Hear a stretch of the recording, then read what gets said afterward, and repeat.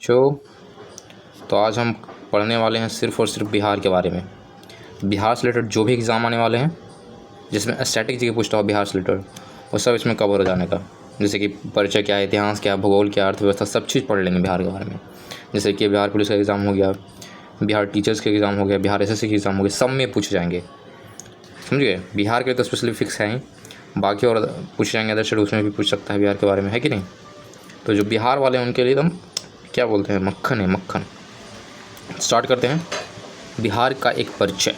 बिहार एक परिचय के बारे में पढ़ते हैं। अंग्रेज़ी में BIHAR लिखते हैं, ठीक है। ये भारत के प्रमुख राज्यों में से एक है। इसके उत्तर में नेपाल है। पहले तो चौहदी जान लो। चौहदी मतलब चारों तरफ कौन कौन सा स्टेट्स है या कौन कौन सा देश है। तो उत्तर में नेपाल पड़ता है, कोई स्टेट नहीं है, डायरेक्ट नेपाल पहुँच जाओगे आप। पूरब में पश्चिम बंगाल है, समझ रहे हो। उत्तर में नेपाल, पूरब में पश्चिम बंगाल, और पश्चिम में जाओगे तो उत्तर प्रदेश मिलने वाला है, और दक्षिण में जाओगे तो झारखंड मिलने वाला है। क्लियर हो? उत्तर में नेपाल, दक्षिण में झारखंड, पूरब में क्या मिला आपको, पश्चिम बंगाल, और पश्चिम में क्या मिला, उत्तर प्रदेश। यानी कि 3 राज्य और एक देश से घिरा हुआ है, मान के चलो तो, है कि नहीं। यहाँ अनेक नदियाँ बहती है, जैसे गंगा एक प्रमुख नदी है यहाँ की। अन्य नदियों का नाम जाने तो सोन बहता है यहाँ पे, पुनपुन बहता है, फल्गु बहता है, कर्मनाशा, दुर्गावती, कोसी, गंडक, घाघरा, ये सारी नदियाँ जो है फ्लो करती है बिहार के अंदर। फिर से पढ़ दे रहा हूँ। सोन, पुनपुन, फल्गु, कर्मनाशा, दुर्गावती, कोसी, गंडक एंड घाघरा, और गंगा तो फ्लो करता ही है, ठीक है। बिहार गंगा तथा उसकी सहायक नदियों के मैदान में बसा है, ठीक है। ये मैदानी वाला भाग है ज़्यादातर बिहार, यहाँ ज़्यादातर खेती मैदान वगैरह होते हैं, ठीक है। झारखंड के अलग होने के बाद बिहार की भूमि मुख्यतः क्या लिखा हुआ है, नदियों के मैदान और समतल भूभाग है। जो मैक्सिमम पहाड़ी इलाका था या जो भी कोयला वाला क्षेत्र था वो सब चला गया झारखंड में। बिहार के पास क्या बचा है, सिर्फ और सिर्फ मैदान बचा है, ठीक है। तो वही नदियों के मैदान और समतल भूभाग हैं। बिहार गंगा के पूर्वी मैदान में है। गंगा के पूर्वी मैदान, समझ रहे हो। गंगा से सीधे पूरब में आप चले जाओ तो आपको बिहार मिल जाएगा। गंगा नदी फ्लो कर रही उसके पूरब साइड से में, ठीक है। गंगा नदी प्रदेश के लगभग बीचों बीच से होकर गुजरती है, पटना से होकर गुजरता है, समझ रहे हो। इसलिए मानता है बिहार के बीचों बीच से गुजरता है। उत्तरी बिहार बागमती, कोसी, गंडक, सोन और उसकी सहायक नदियों का समतल मैदान है। अगर उत्तरी बिहार में आता तो आपको कौन कौन सी नदी मिलेगी, बागमती, कोसी, गंडक, सोन, इन सब सहायक नदियों क्या है, समतल मैदान, इसी के द्वारा सब निर्माण किया गया है। बिहार के उत्तर में हिमालय पर्वत श्रेणी है, ये भी ध्यान रखने होंगे, और दक्षिण में छोटा नागपुर का पठार है, जिसका हिस्सा जो है अब झारखंड में चला गया। पहले बिहार में आता था छोटा नागपुर का पठार, लेकिन अब कहाँ है, ये झारखंड में पड़ता है। उत्तर से कई नदियाँ बिहार से होकर बहती है और गंगा में मिल जाती है। बहुत सारी छोटी छोटी नदियाँ हैं जो उत्तर से फ्लो करेगा और बिहार में बहते हुए गंगा में फ्लो कर जाएगी, ठीक है। इन नदियों में वर्षा ऋतु में बाढ़ बहुत समस्या है, ये तो जानते ही हो। जैसे कोसी रिवर है, बहुत समस्या है भाई। बिहार में स्थित उदंतपुरी, पुराना नाम उदंतपुरी, को 13वीं सदी के प्रारंभ में मुसलमान आक्रमण क्या लिखा हुआ, आक्रमणकर्ताओं ने नष्ट कर दिया था। उदंतपुरी, जो पुराना नाम उदंतपुरी, मतलब कोई जगह है जिसको क्या करा था, मुसलमानों ने नष्ट कर दिया था 13वीं सदी में। बस ये बातें थोड़ी सी जानना है उदंतपुरी के बारे में। तो ये था बिहार का नॉर्मल परिचय था, कहाँ पे बिहार है, उत्तर, दक्षिण, पूर्व, पश्चिम में कौन सा स्टेट या कौन सा देश है, हिमालय की तरह, पठार की तरह, ये समझ के कौन कौन सी नदियाँ हैं। नदियाँ इंपॉर्टेंट, ध्यान रखिएगा। बस इतना ही था इसमें, ठीक है। नेक्स्ट पढ़ते हैं हम लोग बिहार इतिहास के बारे में। तो बिहार के इतिहास में जान लेते हैं। बिहार का उल्लेख वेदों, पुराणों और प्राचीन महाकाव्यों में मिलता है। अब उठा के देख लो, कोई वेद उठा लो पुराने काल, सब में आपको बिहार का जिक्र जरूर मिलेगा, क्योंकि बिहार सबसे बेस्ट जगह था। पूरे देश में कोई बेस्ट जगह था वो बिहार है। लेकिन आज इसकी स्थिति बहुत ख़राब है, दयनीय है, लेकिन सब चीज़ का शुरुआत समझो बिहार से ही है। यह बिहार आज महात्मा बुद्ध 24 जैन तीर्थंकरों की कर्म भूमि रहा है। बुद्ध का भी एक कर्म भूमि है, जैन तीर्थंकर जितने भी रहे सब कर्म भूमि ये बिहार ही रहा है। ईसा पूर्व काल में इस क्षेत्र पर बिंबिसार, पाटलिपुत्र की स्थापना करने वाले उदयन, चंद्रगुप्त मौर्य और सम्राट अशोक सहित मौर्य, शुंग तथा कण्व राजवंशों के नरेशों ने राज किया। देख लो, एक ही बार में सबको एकदम डाल दिया है, तो ये सीक्वेंस वाइज है, ठीक है। तो ईसा पूर्व काल में कौन था, बिंबिसार था। पाटलिपुत्र का स्थापना किसने करा था, उदयन करा था, उसने राज करा। फिर चंद्रगुप्त मौर्य और सम्राट अशोक सहित मौर्य वंश के जितने भी लोग थे। फिर शुंग वंश आया, फिर कण्व वंश आया, और कण्व राजवंश के कौन थे? नरेशों ने राज किया। नरेशों का मतलब राजाओं ने राज किया। नरेश मतलब राजा बोला करते थे, ठीक है, राजा को बोलते हैं नरेश, ठीक है। इसके पश्चात कुषाण शासकों का समय आया और बाद में गुप्त वंश। देखो उसके बाद कौन आया, देखो यहाँ पे कण्व वंश के बाद कौन आया? कुषाण वंश, कुषाण शासक, ठीक है। बाद में क्या लिखा हुआ? गुप्त वंश के चंद्रगुप्त विक्रमादित्य ने बिहार पर राज्य किया।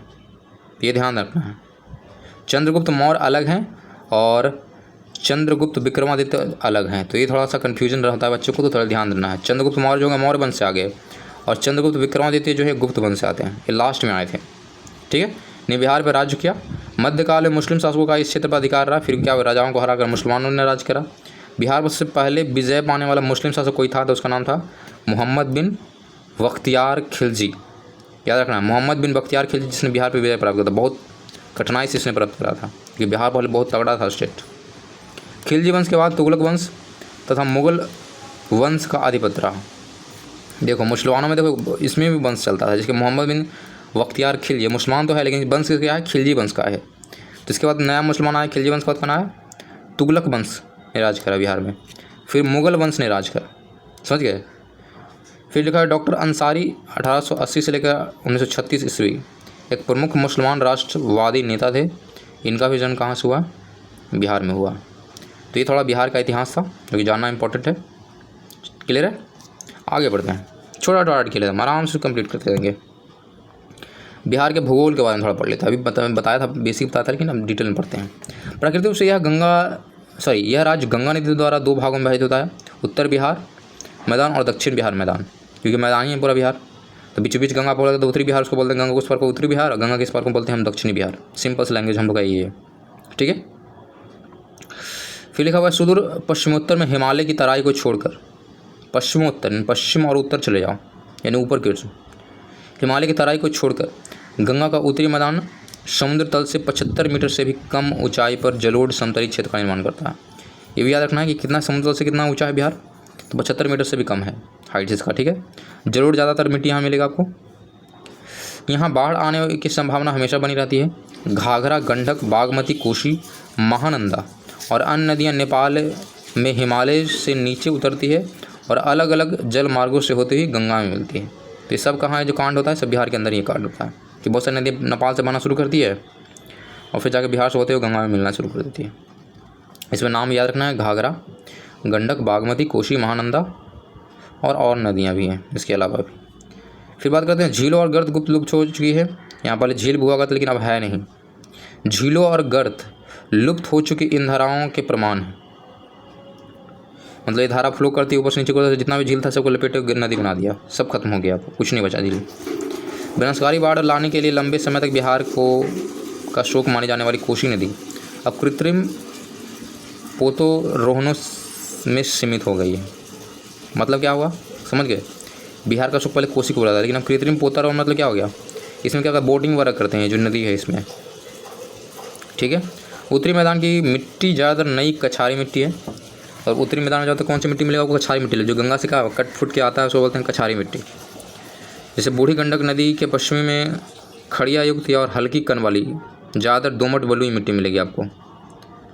गंडक नदी के अगर पश्चिम में आप चले जाओगे तो उसमें क्या होगा? थोड़ा कण दिखेगा, पथरीला चीज़ें दिखेंगी आपको, ठीक है, तो उसको बोलते हैं दोमट। और पूर्व में अगर खड़िया युक्त भारी कण वाली दोमट चिकनी मिट्टी मिलती है, यहाँ पर थोड़ा फाइन मिलेगा, एकदम चिकना चिकना मिलेगा, ठीक है। उसमें थोड़ा कण जो है भारी कण मिलेगी, वहाँ पर लेकिन चिकनी मिट्टी मिलेगी, दोमट नहीं चिकनी मिट्टी मिलेगी। हिमालय के भूकंपीय क्षेत्र में स्थित होने के कारण यह क्षेत्र एक अन्य प्राकृतिक आपदा यानी कि भूकंपीय गतिविधियों से प्रभावित रहा है, यानी कि ये भूकंप वाले क्षेत्रों में भी बिहार आता है, यानी कि बाढ़ के साथ यहाँ भूकंप भी आया करता है। जैसे कि 1934 और 1988 के भीषण भूकंप में भारी तबाही हुई थी और जान माल की क्षति भी हुई थी। 2 बार बहुत भयानक भूकंप आया था बिहार के अंदर। कौन कौन सा? तो 1934 में आया था और 1988 में आया था, ये बात याद रखनी है।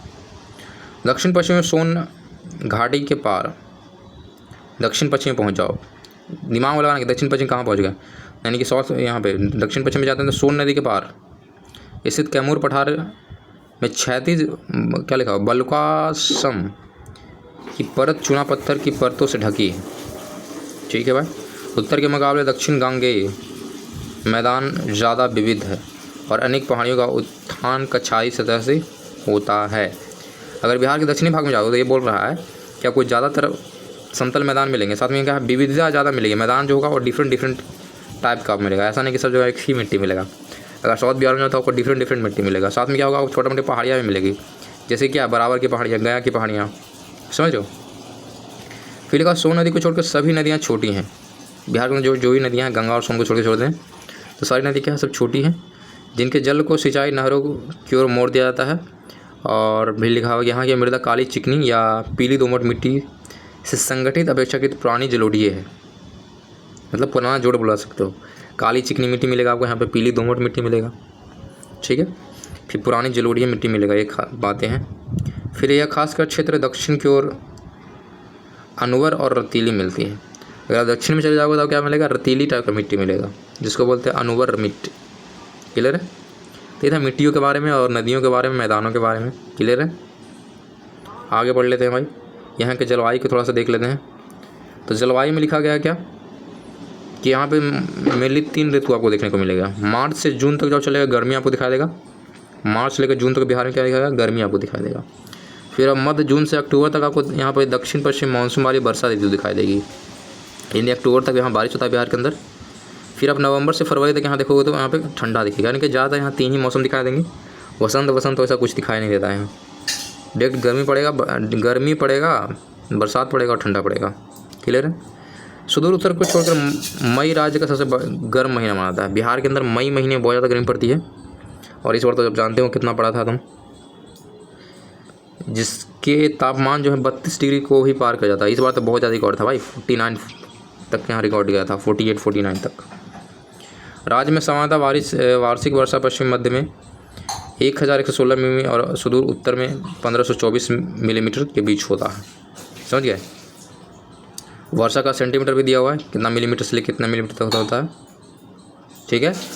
तो वार्षिक वर्षा की बात करें, एक साल में कितना लगा होता है, तो 1016 mm से लेकर आपको 1524 mm तक यहाँ बारिश होता है। क्लियर हो? और पश्चिमी मध्य भाग में ज़्यादातर बारिश होगा, साथ में फिर क्या उत्तरी भाग में थोड़ा सा होगा, ये भी लिखा गया। लगभग संपूर्ण वर्षा 50 से लेकर 90% जून और अक्टूबर महीने के बीच में होता है, यहाँ पर होता है। जून और अक्टूबर में लगभग 80 to 90% यहाँ बारिश हो जाता है। उसके बाद यहाँ पे उम्मीद नहीं रहता है कि अक्टूबर के बाद ही बारिश होगा। समझ गए? और सालाना वर्षा का लगभग 50% जुलाई एवं अगस्त महीने में होता है। सोच लो, जुलाई और अगस्त में साल का 50% बारिश यहाँ पे दिखाई देगा आपको। क्लियर है? आगे बढ़ते हैं। बिहार में शीत ऋतु वर्षा का सबसे सुहावना मौसम होता है। देखो ये बड़ा इंपॉर्टेंट है, बिहार में शीत ऋतु वर्षा का सबसे सुहावना मौसम होता है। जब हल्का बारिश हो हल्का ठंडी हो, तो जो बीच का जो मौसम होता है ना, इतना सुहावना होता है ना, क्या बताऊँ। ये बिहार की खासियत है भाई, ठीक है। तो ये हम पढ़ लिए बिहार के भूगोल के बारे में पढ़ लिए, जलवायु के बारे में पढ़ लिए। आगे देख लेते हैं क्या है। आगे हम पढ़ते हैं बिहार की अर्थव्यवस्था, जो कि काफ़ी दयनीय है भाई, लेकिन देखते हैं क्या स्थिति है। बिहार के लगभग 75% जनसंख्या कृषि पर निर्भर है। क्यों? क्योंकि यहाँ पे नौकरी व रोज़गार वगैरह है नहीं, कृषि का ऑप्शन है, क्योंकि यहाँ मैदानी भाग भी ज़्यादा है और यहाँ की मिट्टी भी कुछ बेहतर है, ठीक है। तो 75% लोग जो हैं कृषि पर निर्भर हैं। 20वीं शताब्दी के उत्तरार्ध में खनन एवं विनिर्माण के उल्लेखनीय उपलब्धियों के बावजूद, यानी बहुत सारा चीज़ खनन के वजह मिला, लेकिन फिर भी बिहार प्रति व्यक्ति आय के मामले में देश का सबसे आखिर में है, यानी कि सबसे कम प्रति व्यक्ति आय किसी राज्य का है तो बिहार का है। और आज की लगभग आधी आबादी प्रशासनिक तौर पर गरीबी रेखा के नीचे है, यानी कि 50% लोग जो है यहाँ पर गरीब है। झारखंड गठन के साथ ही इसकी मुसीबतें बढ़ी और बिहार की खनिज संपदा की विशाल भंडार से वंचित होना पड़ा। जो भी खनिज था, जैसे अब्रक हो गया, कोयला हो गया, सब हमको झारखंड को देना पड़ा। तो बिहार के पास कुछ बचा नहीं, तो लोग यहाँ खेती करते हैं, जीते हैं बस। निम्नतम प्रति व्यक्ति आय और अत्यधिक संघनन जनसंख्या वाले बिहार की अर्थव्यवस्था पिछड़ती जा रही है, यानी कि यहाँ डेंसिटी काफ़ी ज़्यादा है, पॉपुलेशन डेंसिटी यानी कि जनसंख्या घनत्व काफ़ी ज़्यादा है, लेकिन यहाँ पे क्या है, यानी कम एरिया में बहुत ज़्यादा लोग रह रहे हैं, ठीक है। और साथ में यहाँ के लोगों को आय बहुत कम है। तो ये था अर्थव्यवस्था। कृषि थोड़ा देख लेते हैं, अर्थव्यवस्था के अंदर ही आता है। तो बिहार की अर्थव्यवस्था कृषि पर आधारित है, सबको पता है। बिहार का कुल भौगोलिक क्षेत्र लगभग 93% लाख हेक्टेयर है। वाह, सोच लो, बिहार का कुल भौगोलिक क्षेत्र लगभग 93.60 लाख हेक्टेयर, जिसमें से केवल इतना मतलब भौगोलिक क्षेत्र जो है यहाँ पे खेती किया जा सकता है, लेकिन इसमें केवल 56.03 लाख हेक्टेयर पर ही खेती होता है। मतलब आधा मान के चलो आप। राज्य में लगभग 79 लाख हेक्टेयर भूमि कृषि योग्य है। देखो यहाँ पे लिखा हुआ था। टोटल 93.60 लाख हेक्टेयर है यहाँ पे ज़मीन, जिसमें से 79 लाख हेक्टेयर में हम खेती कर सकते हैं, लेकिन फ़िलहाल में 56 लाख ही करते हैं। क्यों? क्योंकि वहाँ पूंजी नहीं है, तो वहाँ खेती भी नहीं हो पाता है बड़े लेवल पे। छोटे छोटे किसान छोटी छोटी खेती करते हैं। विभिन्न साधनों द्वारा कुल 43.86 लाख हेक्टेयर भूमि पर ही सिंचाई सुविधाएं पर। देखो खेती तो हो रहा है, लेकिन सिंचाई भी देख लो कितना कम है। खेती कर रहे लोग 56.03 लाख हेक्टेयर पे, यानी कि लगभग मान के चलो 56 लाख हेक्टेयर पे, लेकिन सिंचाई कितने को मिल रहा? सिंचाई मिल रहा है ओनली 43 लाख हेक्टेयर, यानी 43.86 लाख हेक्टेयर भूमि पर आप सिंचाई सुविधा उपलब्ध है। बाकी की सुविधा उपलब्ध है ही नहीं। अगर बारिश नहीं हुआ तो सूखेगा आपको फसल आपको बर्बाद होगा, ऐसा स्थिति है। जबकि लगभग 33.51 लाख हेक्टेयर भूमि की सिंचाई होती है। और देखो सुविधाएं उपलब्ध तो अलग बात है, अब सिंचाई कितना का तो ये भी देखने वाली बात है। उपलब्ध है फिर भी लगभग 30.51 लाख हेक्टेयर भूमि की सिंचाई होती है। बिहार की प्रमुख खाद्य फसलें बहुत इंपॉर्टेंट, याद रखिएगा, एकदम बहुत दिमाग में रखना है। क्या क्या यहाँ पे जो फसलें उपजाई जाती है, धान है, गेहूँ है, मक्का है और दाल है। ये 4 चीज़ें याद रखना है, धान, गेहूँ, मक्का और दाल। अगर नकदी फसलों की बात करते हैं, गन्ना होता है जो कि अब धीरे धीरे कम रहा है। गन्ना है, आलू है, तंबाकू है, तिलहन है, प्याज है, मिर्च है और पटसन है। ये सारी चीज़ें यहाँ पे ज़्यादा उत्पादित होती है। गन्ना, आलू, तंबाकू, तिलहन, प्याज और त्याल, मिर्च और पटसन, ये सब क्या है? नकदी फसलें, यानी कि इसको उपजाया था किस लिए? बेचने के लिए। लगभग लिखा हुआ है कि 6,764 वर्ग किलोमीटर क्षेत्र में वन फैले हैं। तो इस इतना एरिया में क्या है? हमारा वन है बिहार के अंदर। जो राज्य के कुल भौगोलिक क्षेत्र का लगभग 7.1%, जो काफ़ी कम है। 7% नहीं होना चाहिए, कम से कम कितना होना चाहिए? 21% होना चाहिए किसी भी राज्य में। 20 से लेकर 20%, 20-21% या 20 से 25% तक क्या होना चाहिए? वन होना चाहिए। लेकिन क्या है, बहुत कम है वन, क्योंकि अधिकतर इस क्षेत्र में क्या कर रहे हैं? कृषि कर रहे हैं, तो वन लगाने की तो जगह बचा नहीं। तो ओनली 7% मतलब ज़मीन पे हम क्या है? वन हैं बिहार के अंदर। टोटल एरिया याद रखना, तो याद रखिएगा 6,764 वर्ग किलोमीटर। अब आते हैं उद्योग पे। ये भी अर्थव्यवस्था को डिपेंड करेगा है कि नहीं। उद्योग तो यहाँ कुछ है ही नहीं, फिर भी पढ़ते हैं क्या है भाई। देख लेते कौन कौन से उद्योग हैं। अभी तो कुछ उद्योग बढ़ा है, देखिएगा ध्यान से। राज्य के प्रमुख उद्योग में आता है, पहला में आता है मुजफ्फरपुर और मोकामा में भारत वैगन लिमिटेड का रेलवे वैगन संयंत्र, यानी कि रेलवे के द्वारा बनाया गया है भारत वैगन लिमिटेड्स। ठीक है, मुजफ्फरपुर और मोकामा में है। दूसरा इंडस्ट्री देखते हैं तो बरौनी में भारत तेल निगम का तेल शुद्धक कारखाना है। ये तो बड़ा इंपॉर्टेंट है, IOCL का कारखाना है, मतलब तेल यहाँ पे क्या होता है? प्योरीफाई किया जाता है बरौनी के अंदर, ये फेमस है। फिर तीसरा लिखा हुआ बरौनी पे HPCL और अमजोर का पाइपलाइन फॉस्फेट्स एवं केमिकल्स लिमिटेड्स राज्य के उर्वरक संयंत्र, यानी कि यहाँ पे क्या है? बरौनी में खाद भी बनाए जाते हैं। तो तीसरा ये याद रखना है, HPCL और अमजोर का pipeline phosphates and chemical limited जो कंपनी, PPCL जिसको बोलते हैं आप, ये दोनों कंपनियां जो है उर्वरक के लिए फेमस है, बरौनी के अंदर है। चौथा देखिएगा, सिवान, भागलपुर, पंडौल, मोकामा और गया की 5 बड़ी सूत कताई मिलें हैं, यानी कि सूत की कताई के मिलें यहाँ पे आपको मिल जाएगी। 5 बड़ी मिलें हैं बिहार के अंदर, सिवान, भागलपुर, पंडौल, मोकामा और गया। क्लियर हो? 5वां इंडस्ट्री देख लेते हैं क्या है भाई। उत्तर एवं दक्षिण बिहार में 13 चीनी मिलें हैं, यानी टोटल मिलाकर देखेंगे तो 13 चीनी मिलें हैं जो निजी क्षेत्र की हैं, यानी कि प्राइवेट्स मिले हैं ये। मतलब 15 चीनी मिलें सार्वजनिक क्षेत्र की हैं, यानी कि 13 जो है प्राइवेट से और 15 जो है वो सार्वजनिक क्षेत्र की मिले हैं, जिनकी कुल पेराई क्षमता जो है 4500 TPD है। TPD बहुत बड़ा ये यूनिट होता है मेजरमेंट्स का। देख लीजिए क्या चीज़ का फुल फॉर्म होता है, ठीक है, या बताइए किस चीज़ में क्या चीज़ का मेजर करते हैं TPD में, ठीक है। तो पेराई क्षमता याद रखना 4500 TPD है टोटल मिलाकर। 13 जो है प्राइवेट से और 15 जो है सरकारी मिले हैं, चीनी मिले। छठा देखते हैं, इसके अलावा गोपालगंज, पश्चिम चंपारण, भागलपुर और रीगा जो कि सीतामढ़ी जिला के अंदर है, शराब बनाने के कारखाने हैं नहीं, इसको ऑलरेडी बंद किया जा चुका है क्योंकि बिहार में शराब बैन है। तो शराब बनाने के कारखाने तो उसको हटा ही दो, 6 नंबर को हटा दो आप, डायरेक्ट 7 पे आओ। पश्चिमी चंपारण, मुजफ्फरपुर और बरौनी में चमड़ा प्रसंस्करण के उद्योग हैं। कहाँ कहाँ? पश्चिमी चंपारण, मुजफ्फरपुर और बरौनी, 3 जगह। पश्चिमी चंपारण, मुजफ्फरपुर और बरौनी में क्या है? चमड़ा प्रसंस्करण क्या है? उद्योग हैं। 8वां देख लेते हैं, कटिहार और समस्तीपुर में 3 बड़े पटसन कारखाने हैं। देखो फिर से पटसन कारखाना लिखा है, कटिहार, समस्तीपुर, ठीक है, यहाँ दोनों मिलाकर 3 कारखाने हैं। हाजीपुर में दवाएं बनाने का कारखाना है, ये भी याद रखने वाली बात है, दवा बनता है हाजीपुर के अंदर। औरंगाबाद और पटना में खाद्य प्रसंस्करण और वनस्पति बनाने का कारखाने हैं। तो ये बड़ा इंपॉर्टेंट है। हाजीपुर में दवा का कारखाना है। औरंगाबाद और पटना में क्या है, खाद्य प्रसंस्करण और वनस्पति बनाने के कारखाने हैं। 10वां देख लेते हैं। इसके अलावा बाजारी में कल्याणपुर सीमेंट्स लिमिटेड नामक क्या सीमेंट कारखाने के बिहार के औद्योगिक नक्शे के महत्वपूर्ण स्थान है। कहाँ है, कल्याणपुर में है। कल्याण बंजारी कोई जगह है, वहाँ पे कल्याणपुर सीमेंट्स लिमिटेड नाम की कंपनी है। ठीक है, तो ये भी सारी बातें। अब आते हैं पटना का थोड़ा सा दृश्य देख लेते हैं, स्पेशली पटना के बारे में थोड़ा सा देखते हैं, क्योंकि राजधानी है, कैपिटल है भाई। तो पटना में थोड़ा सा सिंचाई के लिए है। बिहार में कुल सिंचाई क्षमता 28.63 लाख हेक्टेयर है, और यह क्षमता बड़ी तथा मंझूली सिंचाई परियोजना की सिंचाई होती है।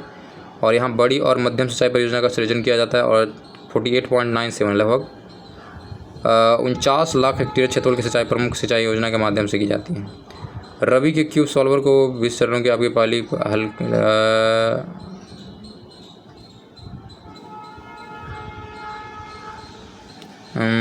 छोड़ दे यहाँ पे, सिंचाई के बारे में कुछ लिखा हुआ था।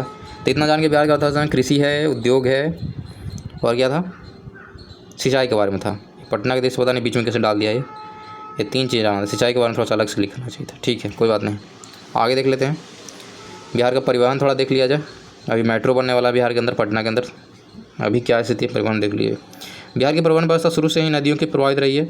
नौका द्वारा नदी को किनारों पर परिवहन की व्यवस्था रहती है। राज्य की परिवहन व्यवस्था गंगा नदी पर विशेष रूप से निर्भर है।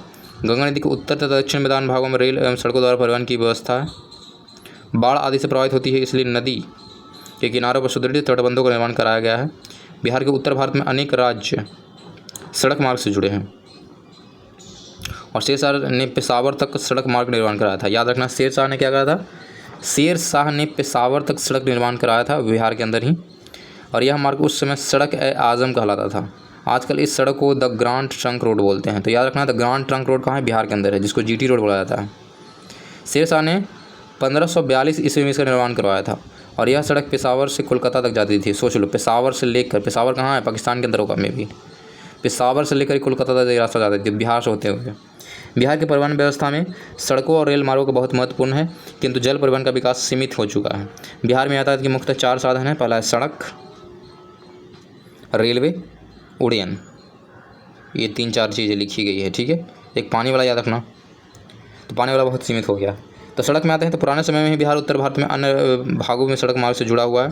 प्राचीन शासकों की प्रशासनिक और आर्थिक व्यवस्था स्थल मार्गों पर ही आधारित थी। सम्राट अशोक ने वैभवशाली मगध को राजधानी बनाया था।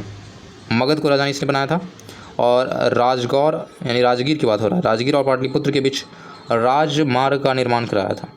देख लो, किसने, सम्राट अशोक ने ऐसा काम करा था। इन्होंने राजमार्ग बनाया था, इनके रोड बनवाया था इन्होंने, राजगीर से लेकर पाटलिपुत्र के बीच में। मध्यकाल में मुगल शासकों और शेरशाह सूरी ने सड़क का निर्माण करवाया। फिर मध्यकाल आया, तो उसमें कहाँ, शेरशाह सूरी, मुसलमानों का शासन रहा बिहार के ऊपर, तो उसमें शेरशाह सूरी ने सड़क का निर्माण करा। फिर 1947 में आज़ाद हो गया बिहार, मतलब पूरा देश हमारा। तो बिहार में कुल सड़कों की लंबाई उस समय कितनी थथी, 1315 किलोमीटर था। याद रखना, जिस समय आज़ाद होता भारत उस समय 1315 किलोमीटर सड़कें बिहार के अंदर थी। आजकल सड़कों की लंबाई भी देखा तो 67,000 की बात हो रहा है यहाँ पे। उस समय 1315 ओनली है, अब 1000 में चला गया, वो भी 67,116 किलोमीटर की रोडें हैं बिहार के अंदर।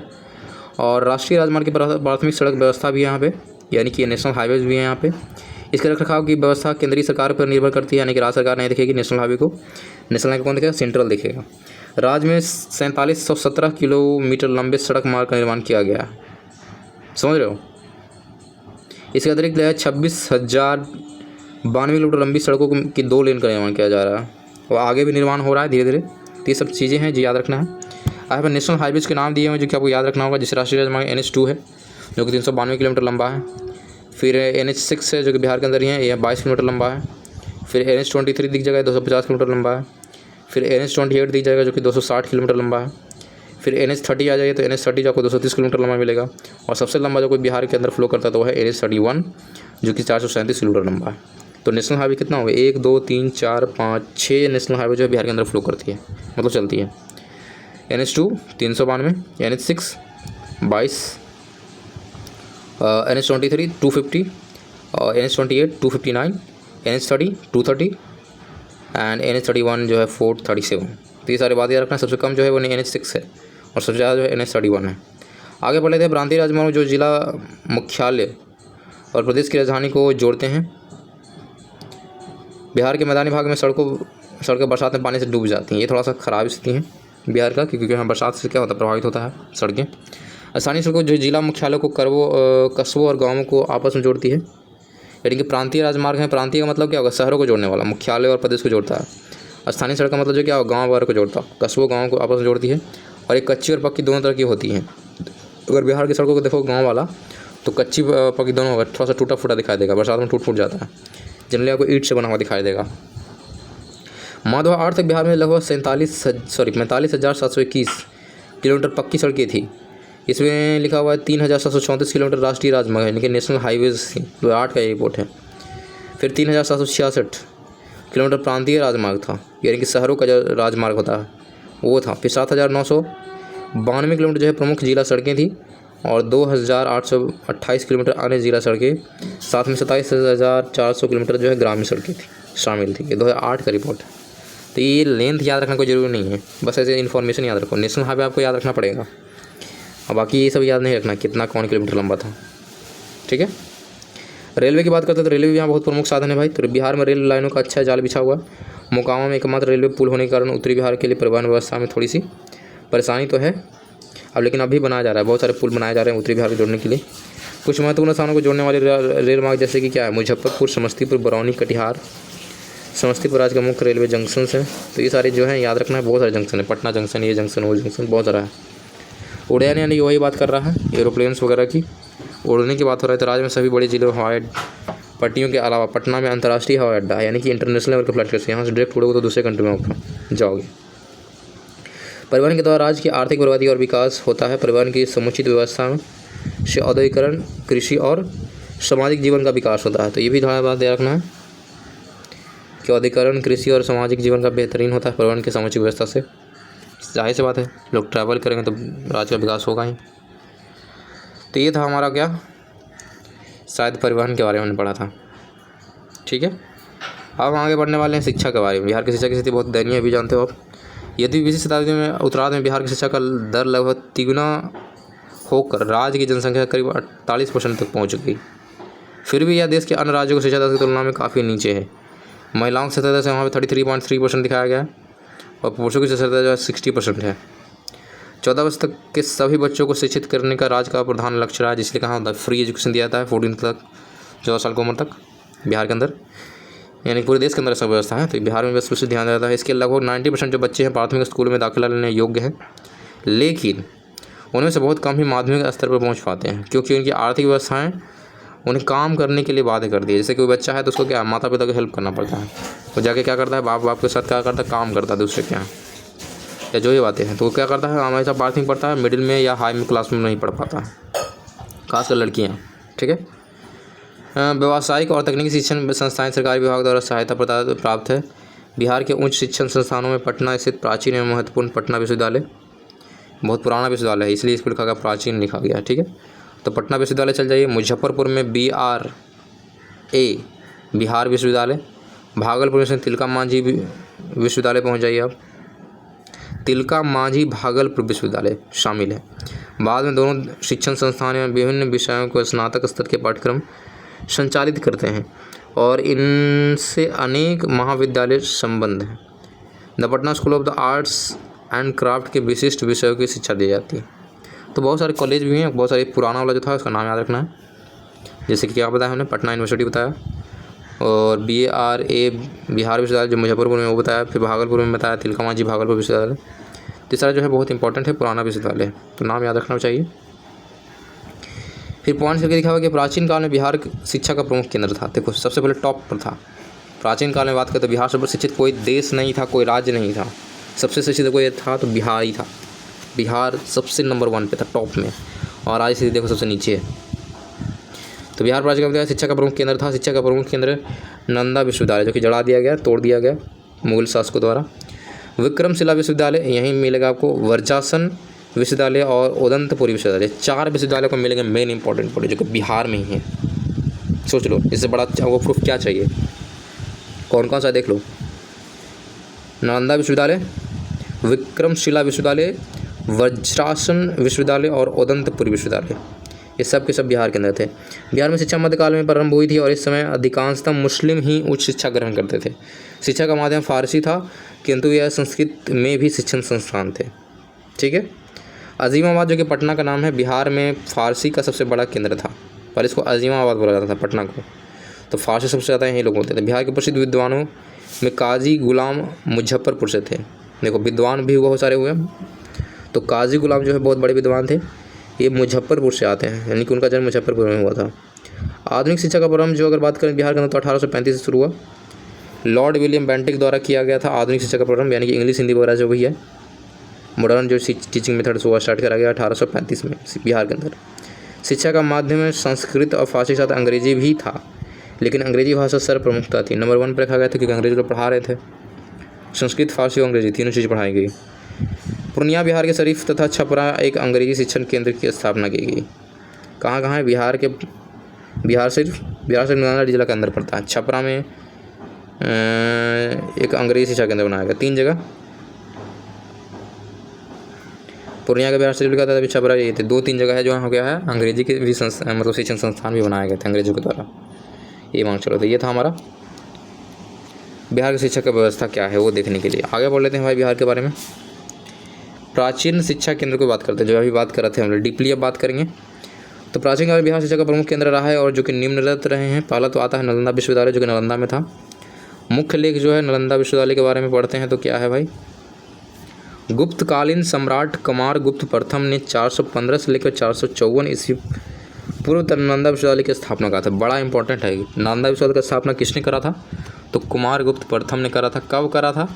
तो 415 से लेकर 454 ये सब कितना पुराना है सोच लो। सबसे पुराना विश्वविद्यालय के नाम सोच लो।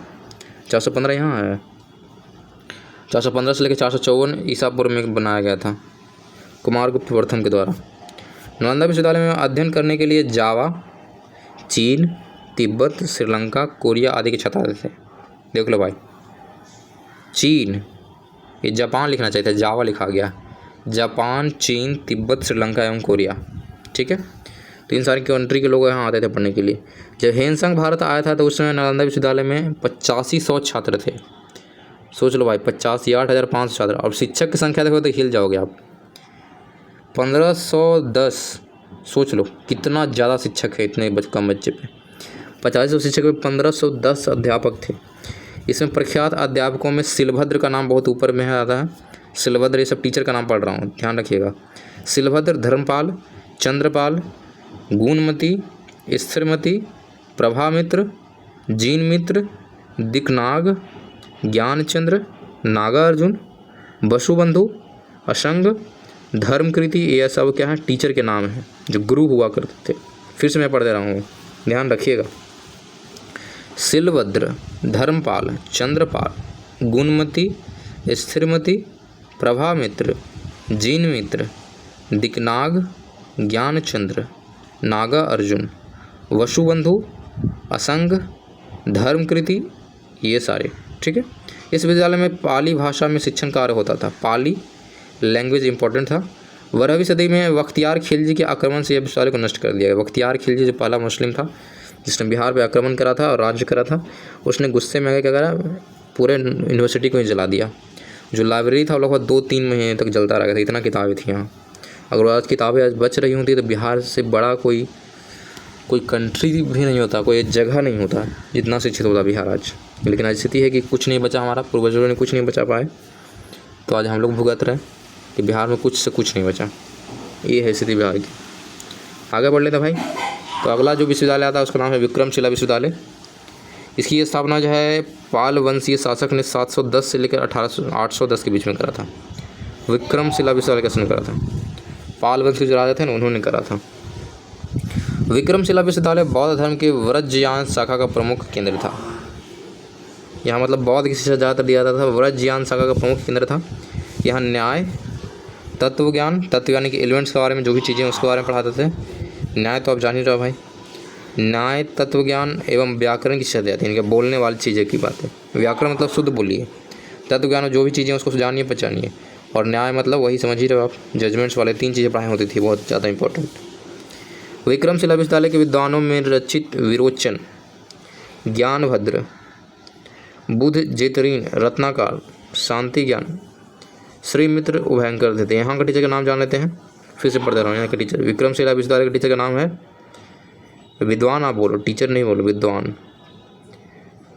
तो इनका नाम था रक्षित विरोचन, ज्ञानभद्र, बुध जेतरित, रत्नाकर, शांति ज्ञान, त्रिमित्र और अभयंकर। ये सब जो है टीचर थे, गुरु थे, विद्वान थे। इस विद्यालय में तिब्बत के छात्रों की संख्या सर्वाधिक थी। यह इंपॉर्टेंट है। विक्रमशिला विश्वविद्यालय में सबसे ज़्यादा तिब्बती लोग पढ़ने आते थे। फिर आते उदंतपुरी विश्वविद्यालय, ये भी बिहार के अंदर है। तो पाल वंश के प्रथम शासक गोपाल ने उदंतपुरी विश्वविद्यालय की स्थापना करा था। इंपॉर्टेंट है, देखो पाल वंश ने ही विक्रमशिला कराया और पाल वंश ने क्या करा, उदंतपुरी विश्वविद्यालय कराया। तो प्रथम शासक जिनका नाम था गोपाल, इन्होंने उदंतपुरी विश्वविद्यालय की स्थापना करा था। और यह विश्वविद्यालय बिहार के शरीफ नगर समीप है, बिहार शरीफ में पड़ता है ये, जो कि नंदा जिला के अंदर है। यह विश्वविद्यालय तंत्र विद्या के केंद्र था। महारक्षित और शिल रक्षित नामक प्रसिद्ध विद्वान थे। यहाँ पे तंत्र जादू टोना वगैरह सिखाते थे। तो तंत्र विद्या का ये जो सबसे बड़ा मतलब विश्वविद्यालय मान के चलो आप। दो टीचर महान थे, महारक्षित उनका नाम था और शील रक्षित नाम था। नेक्स्ट वर्ड देखो है तिलक महाविद्यालय। तो तिलक महाविद्यालय आपको मिल जाएगा मगध में। शिक्षा का केंद्र तिलक महाविद्यालय था। मगध की बात करते हैं, जो कि 5-6 राज्यों का क्या था, हेड था, मतलब जिलों का हेड था। तो मगध में शिक्षा का केंद्र तिलक महाविद्यालय था। इसका उल्लेख जो है चीनी यात्री हेनसांग और इत्सिंग ने अपनी यात्रा संस्करण में कराया। उन्होंने हेनसांग और इत्सिंग ने, चीनी चाइना का था। हर्यक वंश के शासकों ने इस विद्यालय की स्थापना की थी। तो इंपॉर्टेंट है, तिलक महाविद्यालय हर्यक वंश के द्वारा। इस केंद्र में प्रज्ञानभद्र नामक के विद्वान थे। तो इंपॉर्टेंट है, प्रज्ञानभद्र नामक जो विद्वान थे यहीं पढ़ाते थे। तिलक महाविद्यालय की पहचान नालंदा के पास के तिलसांव गांव के रूप में किया गया। पहचान होना चाहिए। तिलक महाविद्यालय की पहचान जो है नालंदा के पास जो है तिलकांव गांव के रूप में की गई है। कौन सा गांव है, तिल्लास गांव। इंपॉर्टेंट है, तिल्लास गांव में जाओगे तो आपको तिलक महाविद्यालय को मिल जाएगा। फुलवारी शिक्षण संस्थान, फुलवारी के अंदर भी था। फुलवारी शिक्षण संस्थान नंदा के पास है, ठीक है। कहाँ, तो नंदा के पास है। यह बौद्ध आचार्य और तिब्बती विद्वानों का निवास स्थान रहा है। यहाँ पे जो टीचर लोग थे वहाँ रहते थे, बौद्ध और तिब्बती विद्वान जो थे। तो ये सारी चीज़ें हमने बताया शिक्षा के बारे में, मतलब शिक्षा केंद्रों के बारे में बताया। शिक्षा के बारे में तो ऑलरेडी बता चुके थे। जिससे आपको नंदा विश्वविद्यालय के बारे में बताया, विक्रमशिला के बारे में बताया, उदंतपुरी, और साथ में तिलक और फुलवारी शिक्षण संस्थान के बारे में बताया। इंपॉर्टेंट इसमें क्या है, इंपॉर्टेंट आप याद रखिएगा। 21 राजा ने बनाया, जैसे कि नालंदा को बनाया था गुप्त काल सम्राट कुमारगुप्त प्रथम ने बनाया था। डिस्ट्रॉय किसने किया था, तो बख्तियार खिलजी ने करा था। उससे साथ में विक्रमशिला विश्वविद्यालय, तो इसमें याद रखिए कौन करा था, पाल वंश के शासकों ने इसको बनाया था। उदंतपुरी को भी पाल वंश के शासक ने बनाया था, गोपाल ने करा था, ठीक है। ये इंपॉर्टेंट सब चीज़ें हैं जो याद रखना है, बार बार रिवाज कीजिए, याद हो जाएगा। नेक्स्ट पढ़ते हैं। नेक्स्ट हम आ जाते हैं बिहार सांस्कृतिक जीवन के बारे में पढ़ लेते हैं भाई। यहाँ का सांस्कृतिक जीवन कैसा है। तो सांस्कृतिक जीवन ये बोल रहा है कि बिहार का सांस्कृतिक क्षेत्र जो है भाषाई क्षेत्र के साथ करीबी संदर्भ रखता है। सांस्कृतिक क्षेत्र जो है भाषाई क्षेत्र के साथ करीबी संबंध रखता है, कि जैसा भाषा बोलोगे वैसा क्षेत्र यहाँ को दिखाई देगा। मैथिली प्राचीन मिथिला विदेह वर्तमान में तिरहुत की भाषा है। बिहार का सांस्कृतिक क्षेत्र भाषाई क्षेत्र के साथ करीबी संबंध दर्शाता है। यानी कि अगर यहाँ का क्षेत्र को समझना है तो आपको यहाँ लैंग्वेज समझना पड़ेगा। लैंग्वेज के आधार पर क्या है, हर एक क्षेत्र डिवाइडेड है बिहार के अंदर, ये मान के चलो आप। हर एक जिला में जाओगे हर एक लैंग्वेज आपको मिलने वाला है। तो जनरली आप जाते हो मैथिली प्राचीन मिथिला में जाते हो तो आपको यहाँ विदेह लैंग्वेज मिलेगा। वर्तमान ये लैंग्वेज का नाम है। तिरहुत की भाषा है, जिसमें ब्राह्मणवादी जीवन व्यवस्था की प्रधानता मिलेगी। समझ गए। मैथिली में जाओगे, मैथिली प्राचीन मिथिला में जाओगे तो क्या मिलेगा आपको, ब्राह्मणीवादी जीवन व्यवस्था को प्रधानता मिलेगी। मतलब लैंग्वेज से आपको पता चल जाएगा कि हाँ लोग ब्राह्मण लोग ज़्यादा रहते हैं, ठीक है। आगे देखते हैं, आगे देखिए क्या लिखा हुआ है कि मैथिली बिहार की एकमात्र बोली है जिसमें अपनी लिपि यानी तिरहुत है और संबंध साहित्यिक इतिहास है। यानी कि एकमात्र एक ऐसा लैंग्वेज मान के चलो बिहार के अंदर जैसा खुद का एक लिपि है। जैसे क्या था, हिंदी का लिपि क्या है, देवनागरी है, देवनागरी में लिखते हो। इंग्लिश का लिपि क्या है, रोमन में लिखते हो। उसी तरह जो है जो मैथिली है वो तिरहुत में लिखा जाता है। समझ गया, जो खुद का एक लिपि है। फिर लिखा हुआ है समृद्ध साहित्यिक इतिहास है, ठीक है। मैथिली के प्राचीनतम और सार्वजनिक प्रसिद्ध रचनाकारों में विद्यापति अपने श्रृंगाररति और भक्ति के लिए विख्यात हैं। अगर आप प्राचीनतम मैथिली कवि का नाम जुड़ना हो तो विद्यापति बहुत इंपॉर्टेंट थे एक ज़माने में। तो सर्वाधिक प्रसिद्ध रचनाकार जो हैं विद्यापति हैं। ये श्रृंगारिक एवं भक्ति गीतों के लिए विख्यात थे, मतलब किसी की तारीफ करने वाले गीत बनाते थे और भक्ति गीत बनाते थे। ये कौन? तो विद्यापति। आगे बढ़ते हैं साहित्य के बारे में, बारी बारी से देखते हैं क्या क्या चीज़ें हैं। साहित्य क्या है, यहाँ की आदिवासी संस्कृति कैसा है, प्राचीनतम काल विख्यात स्थल जो है वो देखेंगे, भाषा क्या है उसके बाद थोड़ा सा देख लेंगे। ठीक है, तो साहित्य में आते हैं तो भोजपुरी बोली में शायद ही कोई लिखित साहित्य है, लेकिन इसका मौखिक लोक साहित्य प्रचुर है। मतलब भोजपुरी लैंग्वेज भी यहाँ बोला था, लेकिन अभी क्या कोई भी साहित्य नहीं है इसका खुद का लिखा हुआ, लेकिन वो बोलते ज़रूर हैं भोजपुरी। मगही का लोक साहित्य भी काफ़ी समृद्ध है, ये भी याद रखना है। मगही का भी एक अपना साहित्य है। आधुनिक हिंदी एवं उर्दू साहित्य में बिहार के मैदानी क्षेत्रों में रचनाकारों का भी उल्लेख योगदान है। यानी हिंदी और उर्दू का भी एक बड़ा इंपॉर्टेंट रोल है बिहार के अंदर इस साहित्यों में जो कि बात की जा रही है। ठीक है, तो साहित्य जो है भोजपुरी में लोग बोलता है। लोक साहित्य का मतलब क्या होता है? मतलब लोकल लेवल का बोल सकते हो। लोक साहित्य का मतलब ये ग्रामीण प्रचुर है आपको भोजपुरी का। मगही का भी साहित्य आपको बता दिए, फिर हिंदी और उर्दू का साहित्य आपको मिल जाएगा। 4 लैंग्वेजों को साहित्य मिलने वाला है, भोजपुरी, मगही, उर्दू और हिंदी। आदिवासी संस्कृति की बात करते हैं तो अधिकतर आदिवासी गांव में एक नृत्य मंच, ग्राम पुरोहित द्वारा इष्ट देव की पूजा के लिए एक पवित्र उपवन, सरना एवं अविवाहितों के लिए एक सैनागार यानी कि धूमकुरिया होता है।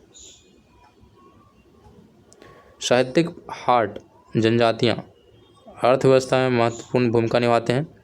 आदिवासी त्योहारों में जैसे कि सरहुल, वसंत उत्सव जिसको सोहारी बोलते हैं, शीतोत उष्ण मतलब कि माघे पर्व, उमंग उल्लास के पर्व होते हैं। फिर लिखा हुआ ईसाइयत, औद्योगिकरण, नए संचार संपर्कों, आदिवासी कल्याण कार्यक्रमों और सामुदायिक विकास योजनाओं के कारण मूल आदिवासी संस्कृति तेजी से बदल रही है। देखो भाई फिर से पढ़ लेता हूँ इसको, थोड़ा सा मैंने पढ़ा अब समझा देता हूँ। इसमें ये बोल रहा है कि अधिकतर जो आदिवासी लोग हैं गाँव में निवास करते हैं, तो क्लियर है। तो इनका एक नृत्य मंच होता है, ग्राम पुरोहित द्वारा इष्ट देव की यहाँ पूजा की जाती है। जो आदिवासी लोग पूजा करते हैं इष्ट देव की, ठीक है। एक पवित्र उपवन यानी कि सरना एवं अविवाहितों के लिए एक शयनागार धूमकुरिया होता है। मतलब ये मतलब अविवाहितों के लिए भी पूजा होता है। ये मतलब इस चीज़ें मत है, याद रखना। अविवाहित लोग पूजा करती हैं या उन्हीं के लिए क्या है, शयनागार होता है। तो ये सब चीज़ें याद रखना है। धूमकुरिया जो है अविवाहितों के लिए होता है, आदिवासियों का। फिर साहित्यिक हाट जनजातीय अर्थव्यवस्था में महत्वपूर्ण भूमिका निभाते हैं, ठीक है। साहित्यिक हाट का मतलब कोई स्टॉपेज होगा, ठीक है, जहाँ पे साहित्य के बारे में कुछ दर्शाया जाएगा, ठीक है। तो जनजातीय अर्थव्यवस्था में क्या है, महत्वपूर्ण भूमिका निभाते हैं। हाट का मतलब क्या है, जहाँ पे लोग सामान वगैरह भी बेच सकते हैं। हाट का मतलब ये होता है, एक क्या होगा, एक ग्रुपिंग ऑफ पीपल होगा जहाँ पे साहित्य वाली चीज़ें बेची जाएगी, चाहे खरीदी जाएगी, जो भी चीज़ें होंगी उसको बोलेंगे साहित्यिक हाट। फिर लिखा है आदिवासी त्यौहार भी आपको इम्पोर्टेंट है, याद रखना, जैसे कि सरहुल होता है, ठीक है। वसंत ऋतु जब आएगा तो उसमें सोहारी होता है। जब ठंडा का मौसम आता है तो उसमें आपका माघे पर्व होता है, माघे, ठीक है। ये 3-4 इंपॉर्टेंट पर्व हैं आदिवासियों के द्वारा मनाता है, सरहुल, सोहारी और माघे, ठीक है। और जब यहाँ पे अंग्रेज लोग राज किया तो ईसाइयत थोड़ा सा आ गया यहाँ पे कल्चर के अंदर, औद्योगिकरण थोड़ा सा हुआ, नए संचार संपर्क आया, आदिवासी कल्याण के लिए कार्यक्रम आए। तो इससे क्या है, लोगों का जगह जो है मूल निवासियों का जो है संस्कृति उधर से चेंज कर रहा है। पता नहीं चला कि आदिवासी है या नहीं है, यानी कल्चर को धीरे धीरे भूलते जा रहे हैं, चेंज करते जा रहे हैं, मॉडर्न होते जा रहे हैं, ये बोला जा रहा है। फिर एक प्राचीन कालीय विख्यात स्थल की बात करते हैं, यानी कि आप पुराना वाला स्थल जो इम्पोर्टेंट है वो आप जान लो। तो राज्य के मैदान धार्मिक एवं सांस्कृतिक महत्व के स्थानों से समृद्ध लिखना चाहिए। नालंदा में प्राचीनतम अब क्या मिलेगा, प्राचीन कालीन विख्यात नालंदा बौद्ध विश्वविद्यालय था। राजगीर और इसके समीप के प्राचीन एवं आधुनिक मंदिरों एवं धर्म स्थलों की अनेक धर्मों के श्रद्धालुओं द्वारा यात्रा की जाती है, ठीक है। तो आपको मंदिर वगैरह मिल जाएंगे घूमने घामने के लिए। राजगीर जनरली इम्पोर्टेंट है, तो यहाँ चल जाइएगा। पावापुरी में ही जैन धर्म के प्रवर्तक महावीर को क्या था, महानिर्वाण, यानी कि ज्ञान प्राप्ति और पुनर्जन्म के अंतरिक्त चक्र से मुक्ति की प्राप्ति हुई थी। ठीक है, तो महानिर्वाण जो हुआ था महावीर का यहीं पे हुआ था, ज्ञान प्राप्ति आप बोल सकते हो कुल मिलाकर। तो बिहार के अंदर पावापुरी में हुआ है। आगे बात करते हैं गया में आप चले जाओ तो गया एक महत्वपूर्ण हिंदू तीर्थ स्थल है।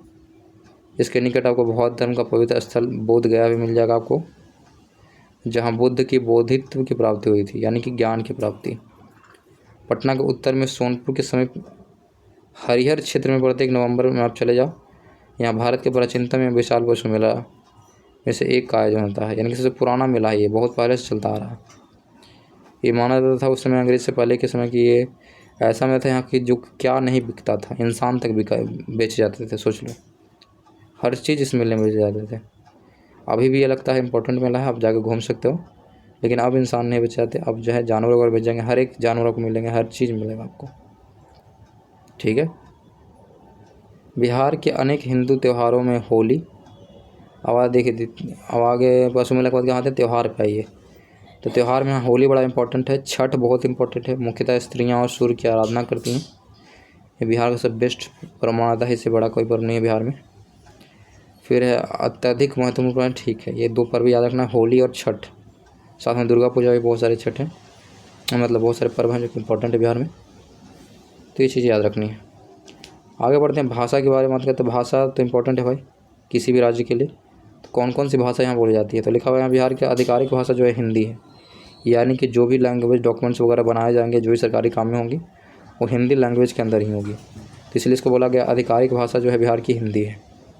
साथ में उर्दू भी है, हिंदी और उर्दू दोनों याद रखना है, परंतु अधिकांश बोलचाल में बिहारी भाषा।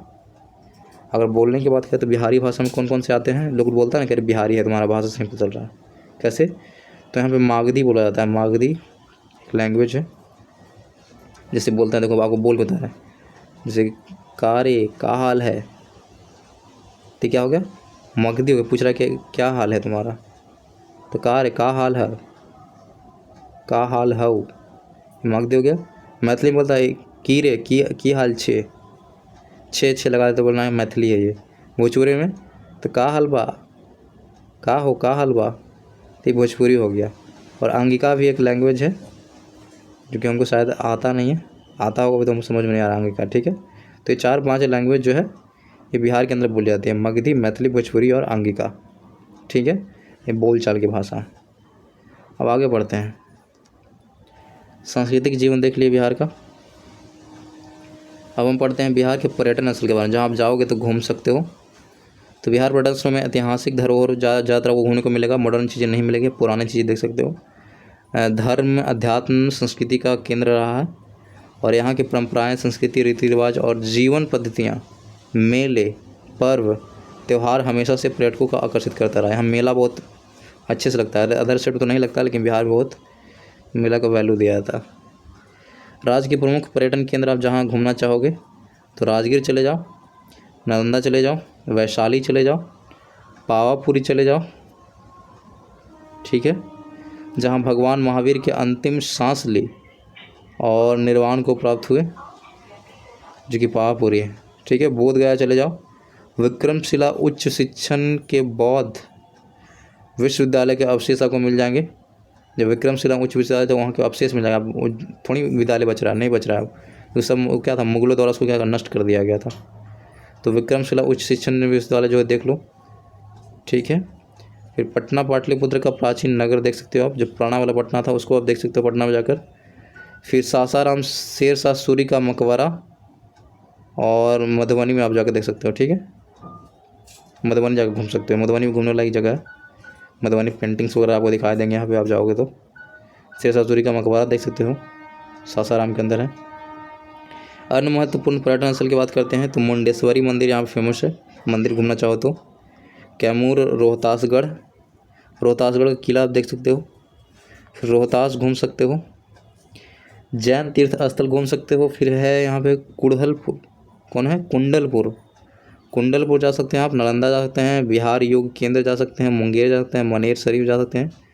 पटना में आप घूम लो भाई, और बाहर की ग्रामीण क्षेत्र में थोड़ा सा घूम सकते हो।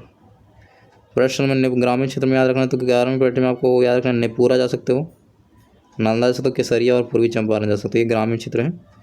और बता दूं कि चंपारण के अंदर ये बाघ का टाइगर रिजर्व भी है।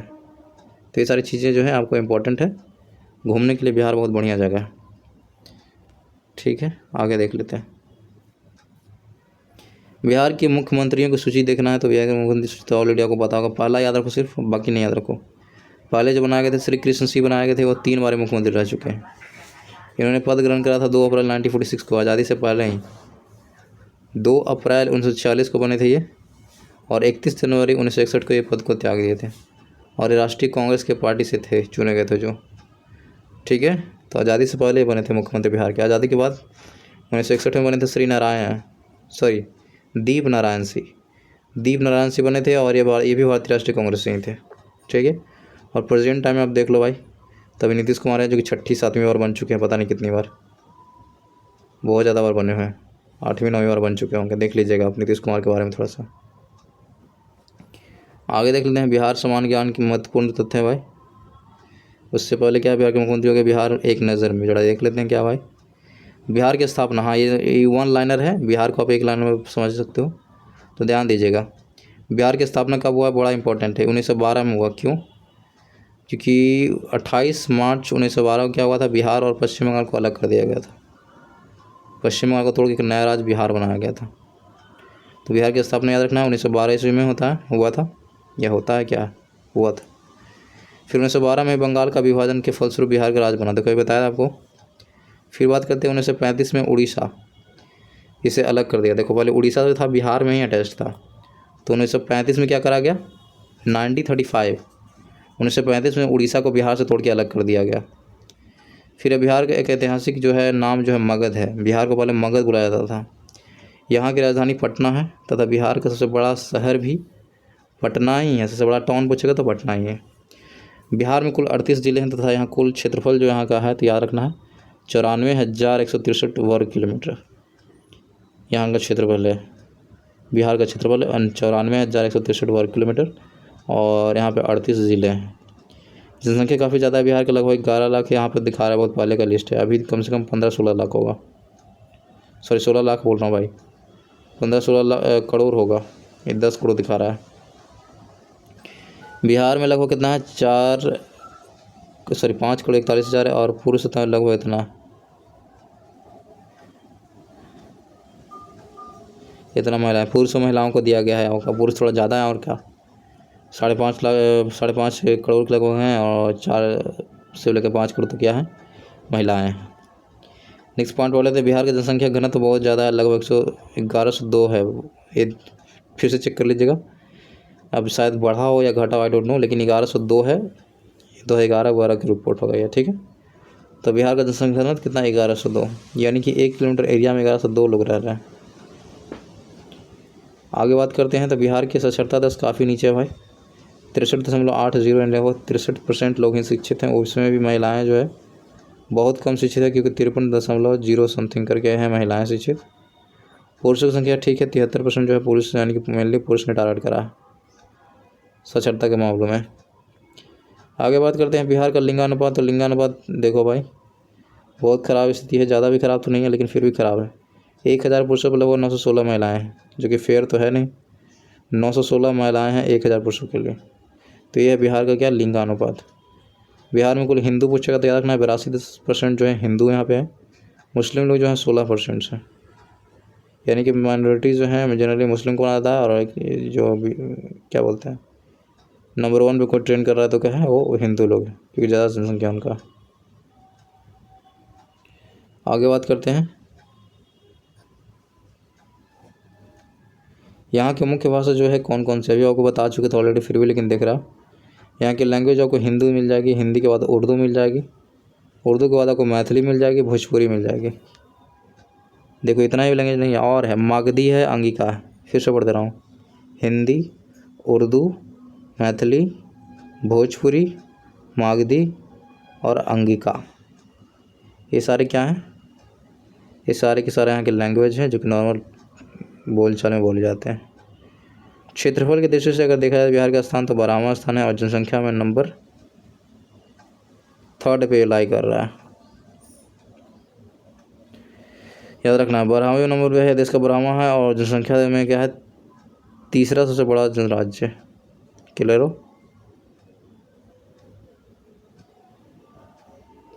यहाँ का प्रमुख भाषा तो बता दिया, यहाँ का क्षेत्रफल भी बता दिया। बिहार के में विधानसभा की 243, राज्यसभा की 16 तथा लोकसभा की 40 सीटें हैं। ये भी बड़ा इंपॉर्टेंट, इससे बड़ा इंपॉर्टेंट सवाल हो भी नहीं सकता। सीधे याद रखिएगा बिहार में विधानसभा की सीट कितनी है, तो 243 बिहार के अंदर विधानसभा सीटें 243, राज्यसभा की 16 सीटें और लोकसभा की 40 सीटें। इंपॉर्टेंट है, लोकसभा 40 सीटें, राज्यसभा के अंदर कितने, तो राज्यसभा के अंदर है 16 और लोकसभा के अंदर 40 सीटें हैं जो बिहार से लोग चुने जाते हैं। इतने लोग चुन के जाते हैं बिहार से।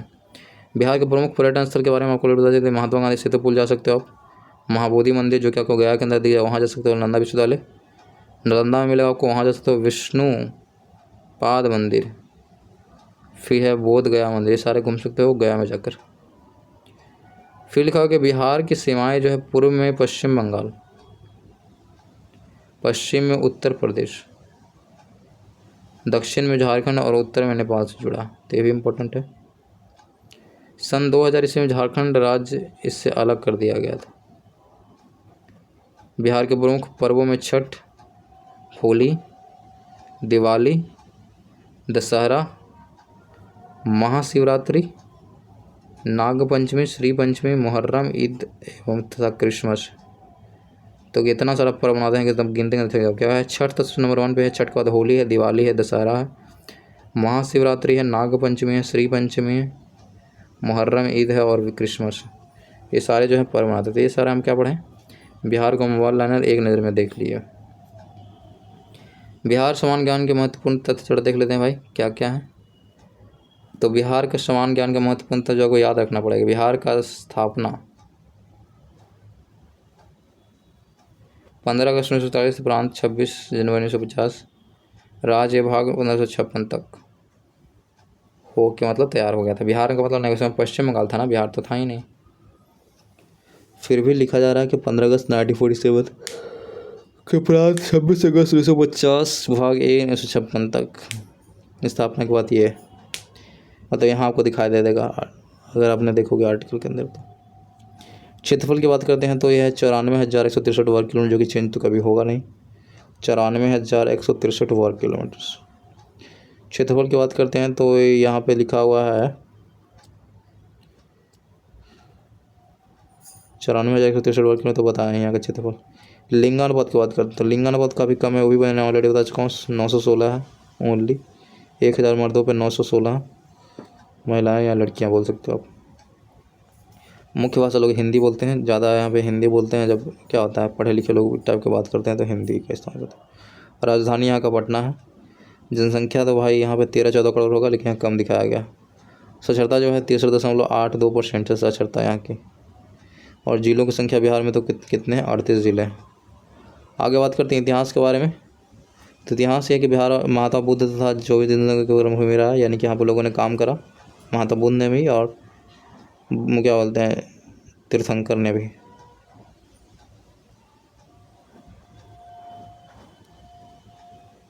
फिर क्या लिखा हुआ है, फिर लिखा हुआ है क्या, साक्षरता तो बताएं दिए 63.82% है। जनसंख्या तो काफ़ी ज़्यादा 1002 है। जिलों की संख्या 38 है। अब आते हैं इतिहास में, बिहार के इतिहास थोड़ा जान लेते हैं। तो बिहार में याद रखना क्या था, महात्मा बुद्ध 24 जन तीर्थंकर कर्मभूमि रहा है। साथ में बिहार मौर्य गुप्त का शासन रहा, वही मौर्य का शासन, गुप्त का कुषाण, शुंग, कण्व आदि शासक का रहा शासन रहा। उदयन ने पाटलिपुत्र के नगर की स्थापना की थी, बड़ा इंपॉर्टेंट है। बिहार पर राजधानी सबसे प्रथम बार विजय पाने वाले मुस्लिम शासक मोहम्मद बिन बख्तियार खिलजी था, यानी कि पहली बार कोई मुगल जो जीता था बिहार के अंदर वो था खिलजी, जिसने क्या करा था, लाइब्रेरी को डिस्ट्रॉय करा था। ठीक है, आगे बढ़ते विभिन्न महत्वपूर्ण तथ्य के बारे में। जैसे कि बिहार देश में सबसे अधिक जनसंख्या वाला सेकंड नंबर पर आता है। ये सबसे ज़्यादा अगर किसी संख्या है तो पता नहीं किसका है, लेकिन सेकंड नंबर पर इसका है बिहार का। सबसे अधिक जनसंख्या घनत्व वाला प्रथम राज्य भी है, यानी कि सबसे कम एरिया में ज़्यादा लोग बिहार ही है। 1,002 लोग रह रहे हैं, जो काफ़ी ज़्यादा है। उत्तर में नेपाल, पूरब में पश्चिम बंगाल, पश्चिम में उत्तर प्रदेश और दक्षिण में झारखंड से घिरा। नदियाँ गंगा सोन जो है कौन है, नदियाँ गंगा सोन,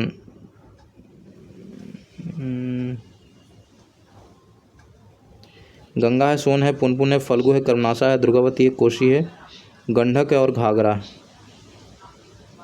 ठीक है, तो ये इंपॉर्टेंट रखना है, नदी को नाम तो इंपॉर्टेंट रखना ही पड़ेगा, याद रखना पड़ेगा भाई। गंगा, सोन, पुनपुन, फल्गु, कर्मनाशा, दुर्गावती, कोसी, गंडक और घाघरा। पर्यटन स्थल राजगीर है आपका, नालंदा है, वैशाली, पावापुरी, बोधगया, विक्रमशिला, पटना, सासाराम, मधुबनी, रोहतास किला, कुंडल केसरी स्तूप, बिहार पहाड़ियाँ, साथ में लोहरियागढ़ इत्यादि। लोक नृत्यों की बात करते हैं तो यहाँ पे नारदी जो है, जिसको कीर्तनिया नाच बोलते हैं, बिहार के लोक नृत्य बहुत इंपॉर्टेंट है भाई, इसे जिक्र तो आएगा ही आएगा।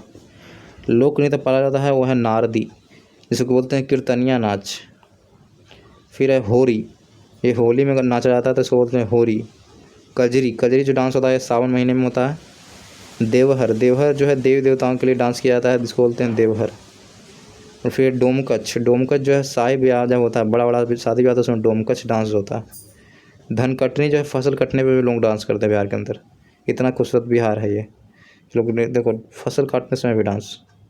तो लोक नृत्य आपको याद रखना है, नाम पढ़ दे रहा हूँ फिर से, नारदी, होरी, कजरी, देवहर, डोमकच, धनकटनी। क्लियर है। प्रमुख फसलों की बात करें तो यहाँ पे आपको मिल जाएगा धान, गेहूँ, मक्का और दाल। गन्ना, आलू, तंबाकू, तिलहन, प्याज, मिर्च, पटसन और मेस्ता, ये सब बेचने वाले फल। मेन जो आपको चार ही हैं, धान, गेहूँ, मक्का और दाल। जनजातियाँ जो यहाँ पे याद रखना, कौन कौन सी जनजातियाँ पाई जाती है बिहार के अंदर।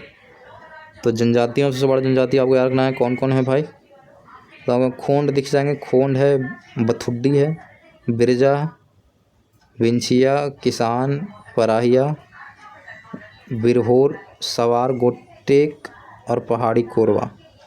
ये सब इतने सारी जनजातियाँ जो बिहार के अंदर पाई जाती हैं, जो कुछ सोचा नहीं होगा। फिर से पढ़ दे रहा हूँ, खोंड, बथुडी, बिरिजा, विंछिया, किसान, पराहिया, बिरहोर, सवार गोरेट और पहाड़ी कोरवा, ये सारे लैंग्वेज। संस्थान की बात करें तो संस्थान जो है इंडियन इंस्टीट्यूट ऑफ बायोटेक्नोलॉजी और बायोटेक्नोलॉजी पटना। कुछ संस्थानें जो है बिहार के अंदर फेमस है। Indian institute of bio economics, clear है। तो ये संस्थानें आपको मिल जाएंगी बिहार के अंदर। तो ये था महत्वपूर्ण तथ्य जो बिहार के बारे में जानना इंपॉर्टेंट है। आगे पढ़ लेते हैं भाई, बिहार के वन के बारे में पढ़ लेते हैं। बिहार का वन ऑलरेडी बता दें 7% ओनली वन यहाँ। बिहार में कुल 6,766 किलोमीटर वन वाला राज्य, कुल क्षेत्रफल का लगभग 7% क्या है, वन है, जो कि कितना होना चाहिए 20 से लेकर 25% बीच होना चाहिए। 25 है तो बहुत बेहतरीन है। बिहार के वन भूमि चंपारण है। ज़्यादातर आपको वन कहाँ कहाँ मिलने वाले हैं, तो चंपारण चले जाओ आप, रोहतास चले जाओ, कुमाऊँ चले जाओ, औरंगाबाद, गया, जहानाबाद, नालंदा, नवादा, बांका, जमुई, मुंगेर आदि जिले जो हैं बहुत ज़्यादा वन यहाँ पाए जाते हैं। फिर से पढ़ दे रहा हूँ, चंपारण, रोहतास, कैमूर, औरंगाबाद, गया, जहानाबाद, नालंदा, नवादा, बांका, जमुई और मुंगेर इत्यादि शामिल पाए जाते हैं। ठीक है, तो ये सारी बीचें जो हैं नेक्स्ट पढ़ लेते हैं भाई। बिहार में मुख्यतः आर्द्र पर्णपाती शुष्क पर्णपाती वन पाया जाता है। कैसे, आर्द्र पर्णपाती और शुष्क पर्णपाती। बिहार में वनों के पर्यावरण को निम्न चार्ट से समझाया जा सकता है। जैसे बिहार के वन है दो तरह के हैं, आर्द्र पर्णपाती वन और शुष्क पर्णपाती वन। तो आर्द्र पर्णपाती वन और शुष्क पर्णपाती वन को दो भागों में डिवाइड किया, सोमेश्वर और दून श्रेणी, ये तराई क्षेत्र में वन होते हैं। और शुष्क पर्णपाती वन जो है ये जनरली आपको पूर्व मध्यवर्ती क्षेत्र में दिखा देगा, ठंडे के मौसम झड़ जाते हैं तो आपको मैदानी इलाकों में मिलेगा। फिर दक्षिण पठार के पश्चिमी क्षेत्र जो है, दक्षिण पठार के पश्चिमी क्षेत्र को भी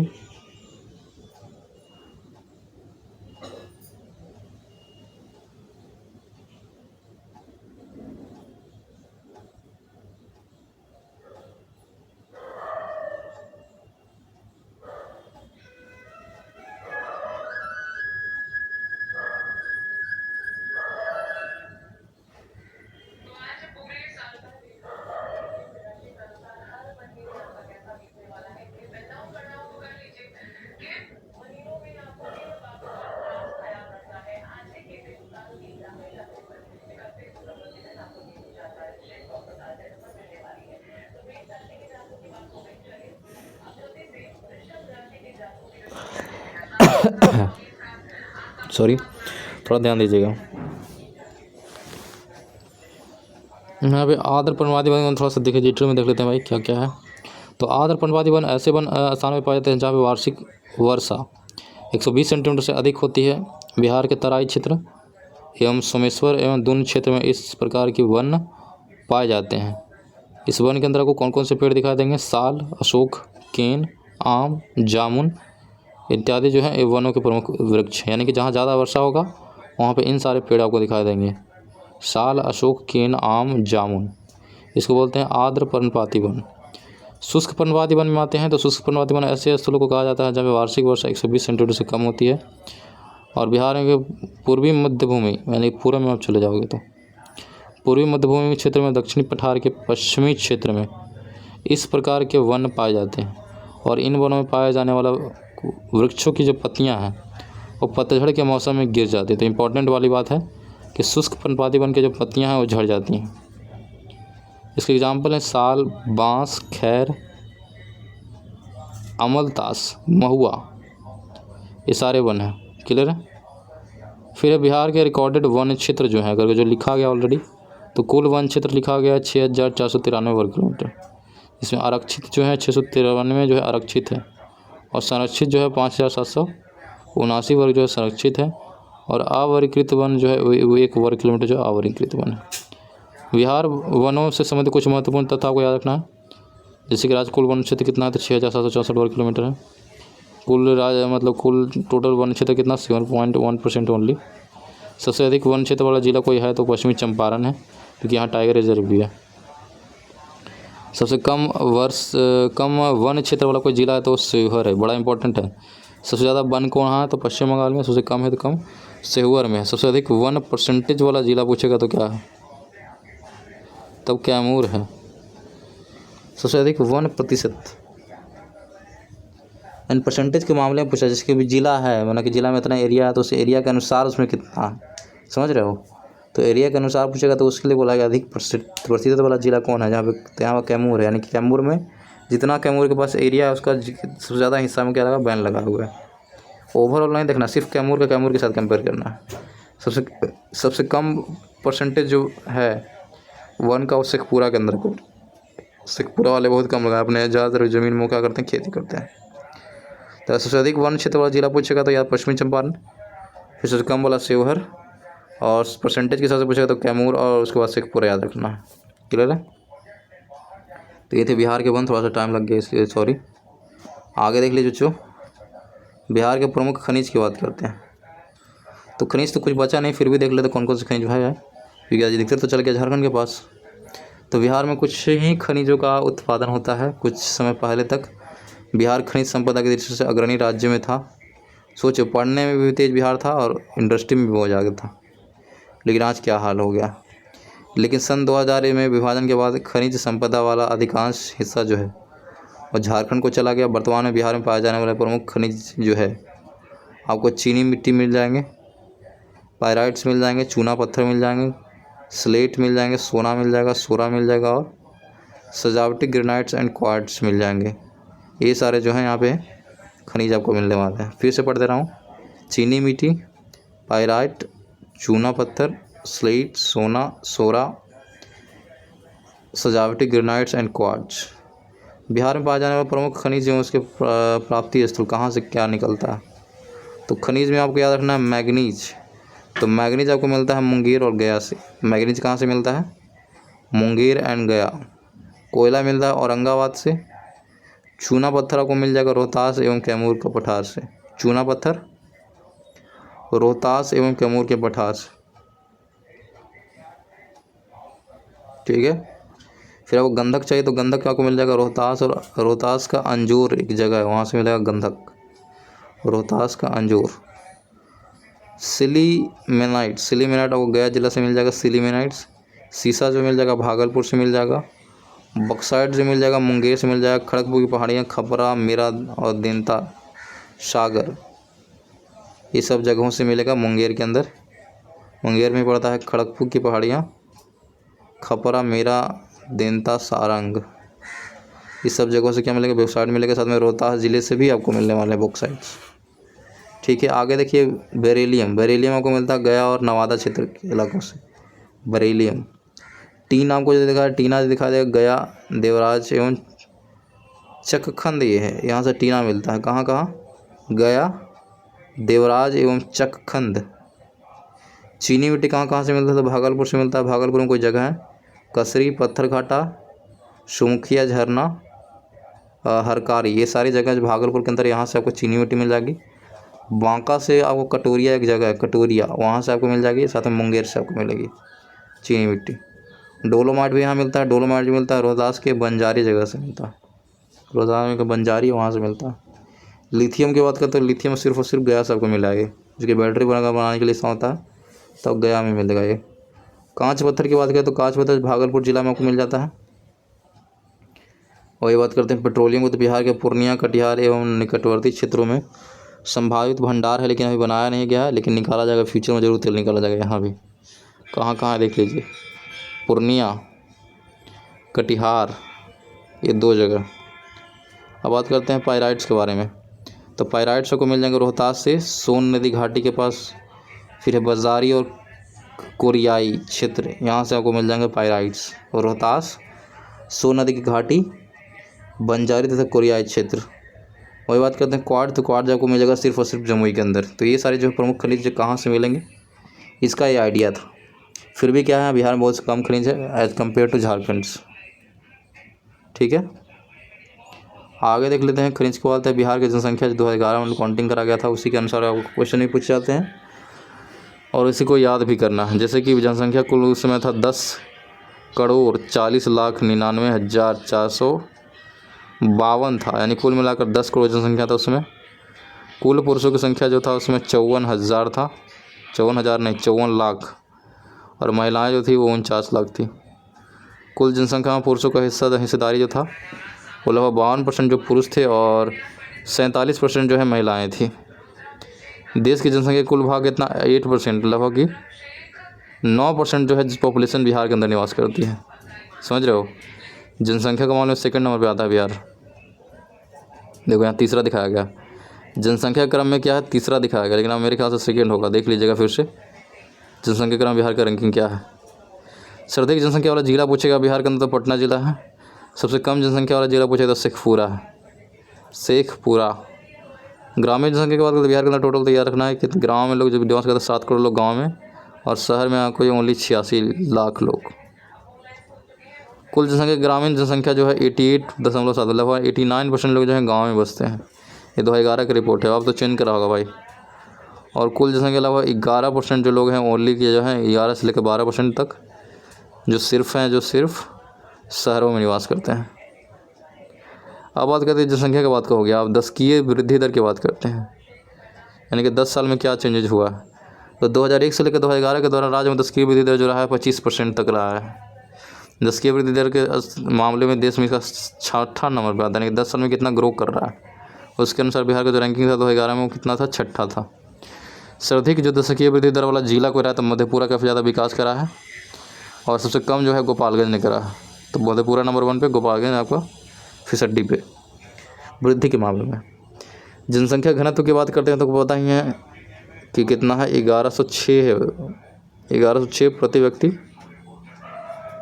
ये जनसंख्या घनत्व की बात हो रहा है, यानी 1106 लोग रह रहे हैं 1 किलोमीटर एरिया के अंदर। ये मान के चलो दिमाग में कि 1 किलोमीटर का एरिया है, उसमें 1106 लोग हैं, कितना ज़्यादा पॉपुलेशन हो जाएगा, सोच के देखो। 1 किलोमीटर स्क्वायर एरिया। ठीक है, आगे बढ़ते सर्वाधिक जनसंख्या घनत्व वाला जिला पूछेगा तो कौन है। सबसे ज़्यादा शिवहर के अंदर है जनसंख्या घनत्व। शिवहर जो है 1880 लोग रहते हैं 1 किलोमीटर स्क्वायर एरिया के अंदर। सोच लो, शिवहर सबसे मैक्सिमम है 1880। सबसे कम जनसंख्या घनत्व कहाँ का है, तो कैमूर का है, ओनली 488 लोग। तो ये था आपका क्या, जनसंख्या की बात हो गई, जनसंख्या घनत्व की बात हो गई। आगे बात कर लेते हैं लिंगानुपात की, जो कि खराब स्थिति है लिंगानुपात के मामले में बिहार की स्थिति। कुल लिंगानुपात जो है 918 2011 की रिपोर्ट है ये सारे। सर्वाधिक लिंगानुपात वाला जिला को है तो गोपाल, यानी कि पढ़े लिखे होने के बावजूद भी यहाँ के लोग की स्थिति बहुत दयनीय है। लिंगानुपात ज़्यादा है, इसका मतलब वहाँ शिक्षित होने के बाद क्या है, लोग जागरूक नहीं है। तो 918 है, और सर्वाधिक लिंगानुपात जिसमें गोपालगंज का रहा है, और सबसे कम लिंगानुपात जो है मुंगेर का। तो मुंगेर वाले बहुत स्टॉप। की लिंगानुपात कम से कम है आपके यहाँ मुंगेर के यहाँ। साक्षरता की बात कर लेते हैं जो कि काफ़ी कम है बिहार का। पहला तो यही है कि साक्षरता कितना था, तो 60.20 या 80 समथिंग है, 60.80%। सर्वाधिक साक्षरता वाला जिला कोई है तो रोहतास जो है नंबर 1 पे सबसे ज़्यादा साक्षर जिला माना जाता है इसको। और सबसे कम जो है पूर्णिया। रोहतास जो है सबसे ज़्यादा शिक्षित है और सबसे कम जो साक्षर जिला है वो पूर्णिया। कुल महिला साक्षरता कितना है, तो कुल महिलाओं की साक्षरता जो है 51% है, यानी कि बिहार के अंदर ओनली आधी महिलाएं पढ़ी लिखी हैं। और पुरुषों के मामले में देखें तो 71% जो पुरुष हैं वो पढ़े लिखे हैं। सर्वाधिक महिला साक्षरता वाला जिला को पूछेगा, महिला वाला पूछेगा तो रोहतास ही है, जेंट्स वाला पूछेगा तो भी रोहतास ही है। और महिला वाला कम साक्षर को पूछेगा तो कम में पूर्णिया का नहीं लिखना है, ओवरऑल पूर्णिया लिखना है। लेकिन सिर्फ महिला पूछ देगा तो याद रखना सहरसा है उससे कम है। और पुरुष के मामले में रोहतास नंबर 1 पे है, पूर्णिया जो है सबसे 65 पे है, फिर चेंज हुआ सहरसा महिलाओं के लिए। ठीक है, तो ये हम पढ़ लिया आज क्या, जनगणना पढ़ लिया 2011 का। इससे ज़्यादा कुछ नहीं पूछा जाएगा। आगे पढ़ लेते हैं। जनगणना का होता है बिहार का इतिहास, प्राचीन काल के बारे में बात की जा रही है। बिहार में प्राचीन काल का इतिहास जो है समय सीमा 6वीं शताब्दी तक मानी जाती है। 6वीं शताब्दी के समय जो प्राचीन काल माना जाता है। बिहार के प्राचीन काल का अध्ययन करने के लिए हमें इस 2 भागों में बांट सकते हैं। पहला तो पूर्व ऐतिहासिक काल, एक ऐतिहासिक काल, यानी कि सबसे पुराना वाला को बोला गया पूर्व ऐतिहासिक काल और उससे हल बाद वाला को बोला गया ऐतिहासिक काल। पूर्व ऐतिहासिक काल में लिखा हुआ कि यह अत्यंत पुराना काल है। इस काल में बिहार को आदि मानवों का निवास हुआ करता था, जिसके साथ बिहार के मुंगेर, गया, पटना स्थान में मिलता है। आदि मानव बिहार के अंदर रहते थे। जैसे गया में आप चल जाओगे या जहानाबाद में तो आपको खंडहर दिखाई देंगे, बराबर की गुफा दिखाई देगी। वहाँ पे क्या था, लोग आदि मानव पत्थरों को काट के रहते थे अंदर में घर बना के। वो भी आप प्रूफ में देख सकते हो, जाकर आप देख सकते हैं। तो बिहार के अंदर मुंगेर में चले जाइए, गया में चले जाइए, पटना में चले जाइए, इन सारी जगहों में आपको क्या मिलेंगे, आदि मानव के क्या मिलेंगे, आपको निवास के प्रूफ मिल सकते हैं। इस काल में प्राप्त अवशेषों, कुल्हाड़ी, चाकू, खुरपी, पत्थरों के छोटे छोटे टुकड़े, बनी वस्तुएं तथा तेज धार एवं नोक झोंक वाले औजार आदि प्रमुख है। ये सारी चीज़ें आपको मिला है। कुल्हाड़ी मिला है, चाकू मिला है, खुरपी मिला है, पत्थर तोड़ने वाली टुकड़े मिले हैं, से बनी वस्तुएं मिला है, जो भी है। तो ये था पूर्व ऐतिहासिक काल। अब आते हैं ऐतिहासिक काल, जिसमें बिहार के इतिहास में ईसा पूर्व 6वीं शताब्दी को प्राचीन ऐतिहासिक काल माना जाता है। 6वीं शताब्दी को मानते हैं। ठीक है, इस समय बिहार के मुख्य 4 राज्य विदेह, यानी कि 4 जगह मान के चलो, हेड ऑफिस मान के चलो बिहार के अंदर, ये दिमाग में डाल लो। तो उसको विदेह बोलते थे। जैसे मिथिला है, 4 राज्य, तो पहले राज्य ही बोला था, समझ लो। बिहार पहले राज्य नहीं बना था, उसमें आज़ाद नहीं होता था, उसमें राज्य ही बोलते थे डिफरेंट इलाकों को। तो विदेह यानी मिथिला हो गया, बज्जी, अंग और मगध, यही 4 लोग थे। 4 विदेह मतलब यही 4 स्थान था। ठीक है, देख लेना है कौन कौन है भाई, मिथिला, वज्जी, अंग और मगध।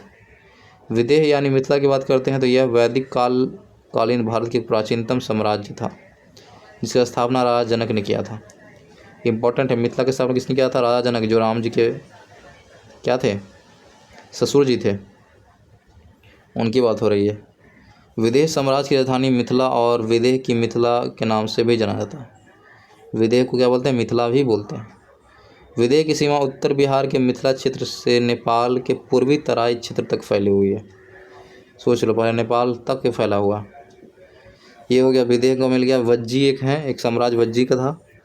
तो वज्जी प्राचीन भारत के 16 महाजनपदों में से एक था, जिसकी राजधानी जो वैशाली था। वज्जी की राजधानी कहाँ, वैशाली। इंपॉर्टेंट है ये। वज्जी बिहार में गंगा नदी के दाहिने तट पे स्थित था। कहाँ, तो दाहिने तट के ऊपर वज्जी लोग निवास करते थे। वज्जी के बाद आ गया अंग ये भी एक अपना साम्राज्य था भाई बिहार के अंदर। तो अंग भी प्राचीन भारत के 16 महाजनपदों में से एक था। ठीक है भाई, और जिसकी राजधानी जो है चंपा थी। अंग की राजधानी कहाँ, चंपा, जिसका पुराना नाम मालिनी था। चंपा नदी के तट पर स्थित था, इसलिए इसका नाम चंपा कर दिया गया। तो अंग की राजधानी चंपा, जिसका पुराना नाम है मालिनी। अब नेक्स्ट और सबसे बड़ा जो गणराज्य था या साम्राज्य था वो मगध का था। मगध से बड़ा कुछ नहीं था भाई। वर्तमान भारत में बिहार, झारखंड, उड़ीसा राज्य, बांग्लादेश एवं नेपाल तक मगध का क्षेत्र फैला हुआ था। देख लो कितना बड़ा है। वर्तमान का जोड़ लो भाई, बिहार, झारखंड, उड़ीसा बांग्लादेश और नेपाल सबको मिला के मगध बना था। मगध की पहली राजधानी राजगृह थी, बाद में से पाटलिपुत्रा मगध की राजधानी बनाया गया। पहले कहाँ था? राजगीर था, बाद में इसको कहाँ बना दिया गया? पाटलिपुत्रा बना दिया गया। मगध की राजधानी राजगृह का पुराना नाम ग्रीव्रज था, यानी राजगीर का भी पुराना एक नाम था, इसको बोलते थे ग्रीव्रज, जिसे अजातशत्रु के शासनकाल में राजगृह कर दिया। अजातशत्रु ने जब शासन करा इसका नाम चेंज कर दिया, इसका नाम रख दिया अजातशत्रु। मगध एक विशाल साम्राज्य था जिस पर कई राजवंशों ने बारी बारी क्या करा था? शासन करा था। कभियो तो ज़्यादातर जो है मगध पे लड़ाई हुआ है। मगध के प्रमुख राजवंश जो रहे मगध के ऊपर, उसके बारे में बारी बारी चर्चा कर लेते हैं। तो पहला जो राजवंश रहा है जिसने राज करा है वो था बृहद्रथ वंश। बृहद्रथ वंश के बारे में है कि इस वंश के संस्थापक बृहद्रथ थे, जिन्हें महारथ के नाम से भी जाना था। क्या? महारथ। बृहद्रथ यानी को बोलते थे महारथ। बृहद्रथ वंश मगध साम्राज्य का प्रारंभिक वंश था। इंपॉर्टेंट है, पूछ सकता है मगध साम्राज्य का प्रारंभिक वंश का नाम बताइए, तो आप क्या बोलोगे? बृहद्रथ वंश। नेक्स्ट जो वंश आता है उसका नाम है हर्यक वंश। हर्यक वंश मगध पर शासन करने वाला दूसरा वंश था, जिसने राजधानी प्रारंभ में राजगीर और बाद में इसने ही पटलिपुत्रा चेंज करा। हर्यक वंश का संस्थापक बिंबिसार था। उसके पिता भट्टिया नहीं लिखा, उसके पिता का नाम क्या था? भट्टिये को माना जाता। यानी हर्यक वंश के संस्थापक दो लोगों को माना जाता, या तो बिंबिसार या उसके पिता भट्टिये को माना जाता है। तो जनरली आप बिंबिसार ही मारना चलेगा, ऑप्शन में अगर भट्टिये रहे तो भट्टिये को मार देना क्योंकि उनके पिता है। ठीक है। हर्यक वंश के प्रमुख शासक बिंबिसार रहा। बिंबिसार के बाद आगे अजातशत्रु, फिर उदयन आया। 3 लोग ने हर्यक वंश से राज करा, बिंबिसार, अजातशत्रु और उदयन। हर्यक वंश के पश्चात बिहार में शिशुनाग वंश का राज हुआ। यानी इसके जाने के बाद या इसको खत्म होने के बाद कौन सा वंश आया भाई? तो शिशुनाग वंश। कोई भी वंश जो है एक वंश समाप्त होता है दूसरा वंश तैयार हो जाता है, तो शिशुनाग वंश आया। अब शिशुनाग वंश के बारे में जान लेना है। इस वंश की स्थापना शिशुनाग ने करा था 413 ईसा पूर्व में, जो कि हर्याक वंश के राजा नागदशक का मंत्री था। ये मंत्री हुआ करता था हर्याक वंश को जो राजा था नागदशक, उसका ये मंत्री था। उसने खुद क्या करा? एक अपना वंश बना दिया, शिशुनाग वंश। समझ रहे हो? शिशुनाग साम्राज्य ने शासनकाल में वैशाली में द्वितीय बौद्ध परिषद का आयोजन 383 ईसा पूर्व हुआ था। इंपॉर्टेंट है, ये एग्जाम में पूछता है। ये किसके शासनकाल में वैशाली के अंदर द्वितीय बौद्ध परिषद का आयोजन कराया गया था? 883 ईसा पूर्व के अंदर। तो शिशुनाग के साम्राज्य के साथ याद रहेगा, शिशुनाग के काल में ही वैशाली में द्वितीय बौद्ध परिषद का आयोजन हुआ था। कब हुआ था? तो 383 ईसा पूर्व। अब शिशुनाग वंश गया तो नंद वंश आया। नंद वंश की स्थापना महापदम नंद ने की थी। देखो, संस्थापक का नाम तो इंपॉर्टेंट है भाई, याद रखना ही पड़ेगा किसी भी हाल में। तो नंद वंश के संस्थापक का नाम है महापदम नंद, जो नंद वंश का शासनकाल इसने रहा, जो 345 से लेकर 321 ईसा पूर्व तक रहा। इन लोगों ने राज किया 345 से लेकर 321 ईसा पूर्व। ध्यान देना है, जब ये डेट बढ़ता है तो यहाँ देखो घटता हुआ दिखाई देगा आपको, ऐसा नहीं कि उल्टा होता है। ईसा पूर्व लिखा हो इसलिए ऐसा हो रहा है, समझ रहे हो? यानी मॉडर्न हो रहा है धीरे धीरे। 345 था 321 हो गया क्योंकि ईसा पूर्व है। कैसे आप समझते हो कि पॉइंट में जितना ज़्यादा रहा है उसका वैल्यू कितना कम? उसी तरह से ईसा पूर्व में वैल्यू है, जितना ज़्यादा उतना उसका वैल्यू कम। ठीक है, इसे कन्फ्यूज नहीं करना है। फिर लिखा हुआ है महापदम नंद को पुराणों में सभी क्षत्रियों का सहारक बताया गया। पुराण के अंदर महापदम नंद, जो कि नंद वंश का संस्थापक था, इसको बोला गया है सभी क्षत्रियों का क्या लिखा हुआ? संहारक, यानी कि सब क्षत्रियों को मारने वाला ये मान सकते हो। संहारक मतलब तो यही होता है नरसंहार या संहार, समझ रहे हो? तो संहारक बना गया, क्षत्रियों का संहारक महापदम नंद को माना गया। नंद वंश का अंतिम शासक जो रहा है वो घनानंद रहा है, जो कि महापदम नंद का पुत्र था। किसका? महापदम नंद के पुत्र घनानंद ने आखिरी बार इसका शासन करा, नंद वंश का शासक रहा। उसके बाद आया मौर्य साम्राज्य। मौर्य का सबसे ज़्यादा वर्चस्व रहा बिहार के अंदर। मौर्य साम्राज्य की स्थापना चंद्रगुप्त मौर्य ने किया था 322 ईसा पूर्व में। इंपॉर्टेंट है, मगध की राजधानी राजगद्दी पे बैठा, और इसकी राजधानी पे बैठा कौन? तो चंद्रगुप्त मौर्य 322 ईसा पूर्व। चंद्रगुप्त मौर्य 322 ईसा पूर्व। मौर्य साम्राज्य के प्रमुख राजा चंद्रगुप्त मौर्य रहे, उसके बाद बिंदुसार, बिंदुसार के बाद अशोक रहे। क्लियर है? चंद्रगुप्त मौर्य, उसके बाद बिंदुसार, बिंदुसार के बाद अशोक। मौर्य वंश के बाद बिहार में अनेक छोटे छोटे राजवंशों ने शासन किया, जिसके बाद गुप्त शासन साम्राज्य का उदय हुआ। मौर्य वंश ढलने लगा तो कुछ नया छोटा छोटा आया, उसका फिर लास्ट में जो आया गुप्त साम्राज्य आया। गुप्त साम्राज्य इंपॉर्टेंट। गुप्त वंश का संस्थापक जो है श्रीगुप्त है। कौन है? श्रीगुप्त। चंद्रगुप्त प्रथम, समुद्रगुप्त, चंद्रगुप्त द्वितीय गुप्त वंश के प्रमुख शासक थे। तो पहला कौन है? चंद्रगुप्त प्रथम, उसके बाद समुद्रगुप्त, उसके बाद चंद्रगुप्त द्वितीय। ये सब जो है क्या है? प्रमुख शासक थे गुप्त वंश या गुप्त राज साम्राज्य के। तो ये सारे जो हैं लोगों ने राज किया बिहार के ऊपर। ये रहा हमारा बिहार का इतिहास प्राचीन काल का। ठीक है, बार बार रिवाज कीजिएगा, याद रहेगा। आगे पढ़ लेते हैं। आगे लिखा हुआ बिहार का इतिहास प्राचीन नहीं बल्कि मध्यकाल वाला पूछ रहा है। ये मध्यकाल में आ जाइए भाई। तो मध्यकाल में क्या पढ़ते हैं? बिहार में मध्यकाल में गुलाम वंश, खिलजी वंश, तुगलक वंश, नुहानी वंश, चेल वंश, मुगल वंश आदि राजवंशों का शासन किया। तो इम्पोर्टेंट है, मध्यकाल में कौन कौन? तो गुलाम वंश आया। गुलाम वंश की स्थापना जो है कुतुबुद्दीन ऐबक ने किया था 1206 ईस्वी में। देखो ईसापुर हट गया, यहाँ पर सिर्फ ईस्वी की बात हो रही है, तो ध्यान देना इस बात को। तो मध्यकाल आ गया। गुलाम वंश के संस्थापक कौन था? कुतुबुद्दीन ऐबक था। 1206 ईस्वी में करा था। मोहम्मद गौरी का एक क्या था? गुलाम था, इसी ने करा था गुलाम वंश का स्थापना। मोहम्मद गौरी का गुलाम था। कुतुबुद्दीन ऐबक की राजधानी लाहौर थी। किसको राजधानी कहाँ बनाया? लाहौर को बनाया। कुतुबुद्दीन ऐबक को लाल बख्श के नाम से भी जानता था। कुतुबुद्दीन ऐबक का नाम क्या है? लाल बख्श। उसके बाद आया खिलजी वंश। खिलजी वंश का संस्थापक जो है जलालुद्दीन खिलजी फिरोज खिलजी था। नाम याद रखिएगा, जलालुद्दीन फिरोज खिलजी था। 1296 ईस्वी में जलालुद्दीन फिरोज खिलजी ने हत्या करके उसको भतीजा अलाउद्दीन खिलजी शासक बना। यानी इसका जो भतीजा था इसको मार दिया और खुद बन गया राजा 1296 में, जिसका नाम था अलाउद्दीन खिलजी। इसका है जलालुद्दीन फिरोज खिलजी नाम है, जिसको मार दिया अलाउद्दीन खिलजी। अलाउद्दीन खिलजी ने बिहार के दरभंगा पर फतह हासिल करके शेख मोहम्मद इस्माइल को भेजा। फतह करने के लिए भेजा, नोट खुद गया है, किसी को भेजा। शेख मोहम्मद इस्माइल को भेजा, लेकिन यहाँ राजा कौन था? सकरा सिंह ने उसे पराजित कर दिया। लेकिन कुछ समय बाद अलाउद्दीन खिलजी ने पुनः आक्रमण कर उन्हें अपना सहयोगी बना लिया। आक्रमण करता था, फिर उसको क्या बनता? अपना अंदर मिला लेता था, राज उसी को करने देता था। फिर तुम ही राज करो, लेकिन तुम मेरे अंडर अब काम करोगे, ऐसे करता था। तो शेख मोहम्मद इस्माइल इसको भेजा, इससे कुछ नहीं हुआ। राजा कौन था? तो दरभंगा कराया था सकरा सिंह। ठीक है, तो ये हो गया खिलजी वंश। उसके बाद है तुगलक वंश। तुगलक वंश ने भी राज किया बिहार के ऊपर। तुगलक वंश की स्थापना जो है गयासुद्दीन तुगलक ने करा है। स्थापना किसने? तो वंश का नाम याद रखना है और इस संस्थापक का नाम इंपॉर्टेंट है। तुगलक वंश के संस्थापक गयासुद्दीन तुगलक 1320 ईस्वी में करा। गयासुद्दीन तुगलक 1320 ईस्वी में की। गयासुद्दीन तुगलक ने 1324 में क्या लिखा है इसने कि बंगाल अभियान से लौटते समय उत्तर बिहार के कनाट वंशीय शासक हरि सिंह देव को पराजित किया। क्या बात है, लौटते लौटते किसी को पराजित किया था? बिहार में कनाट वंश के राजा था जिनका नाम था हरि सिंह, उसको पराजित कर दिया किसने? यही गयासुद्दीन तुगलक ने। तुगलक शासन के दौरान बिहार के दरभंगा को तुगलकपुर कहा गया जाने लगा, नाम चेंज कर दिया गया था।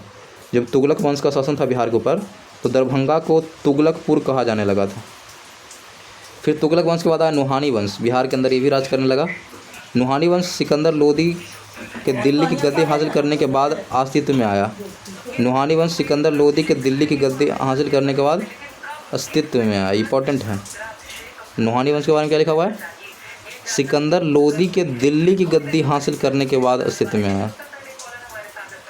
तो सिकंदर लोदी ने क्या करा? दिल्ली पर गद्दी स्थापित कर लिया, तब नुहानी वंश अस्तित्व में आया।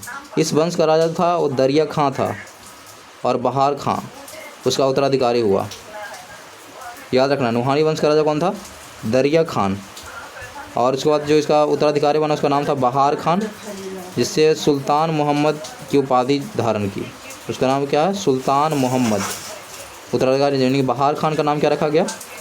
तो बहार खान का नाम रखा गया सुल्तान मोहम्मद रखा गया। ठीक है। उसके बाद शेर शाह सूरी ने राज करा। शेर शाह सूरी का वास्तविक नाम याद रखना है, इसका नाम फरीद खान था। इंपॉर्टेंट है, पूछेगा आपसे एग्जाम में। शेर शाह सूरी का वास्तविक नाम फरीद खां। शेर शाह सूरी का पिता का हसन बिहार के सासाराम का जमींदार था। शेर सूरी का जो बाप था उसका नाम हसन था, ठीक है। और ये सासाराम में क्या था, जमींदार था। शेर सूरी का मकबरा बिहार के सासाराम शहर में स्थित है, ये भी इंपॉर्टेंट है।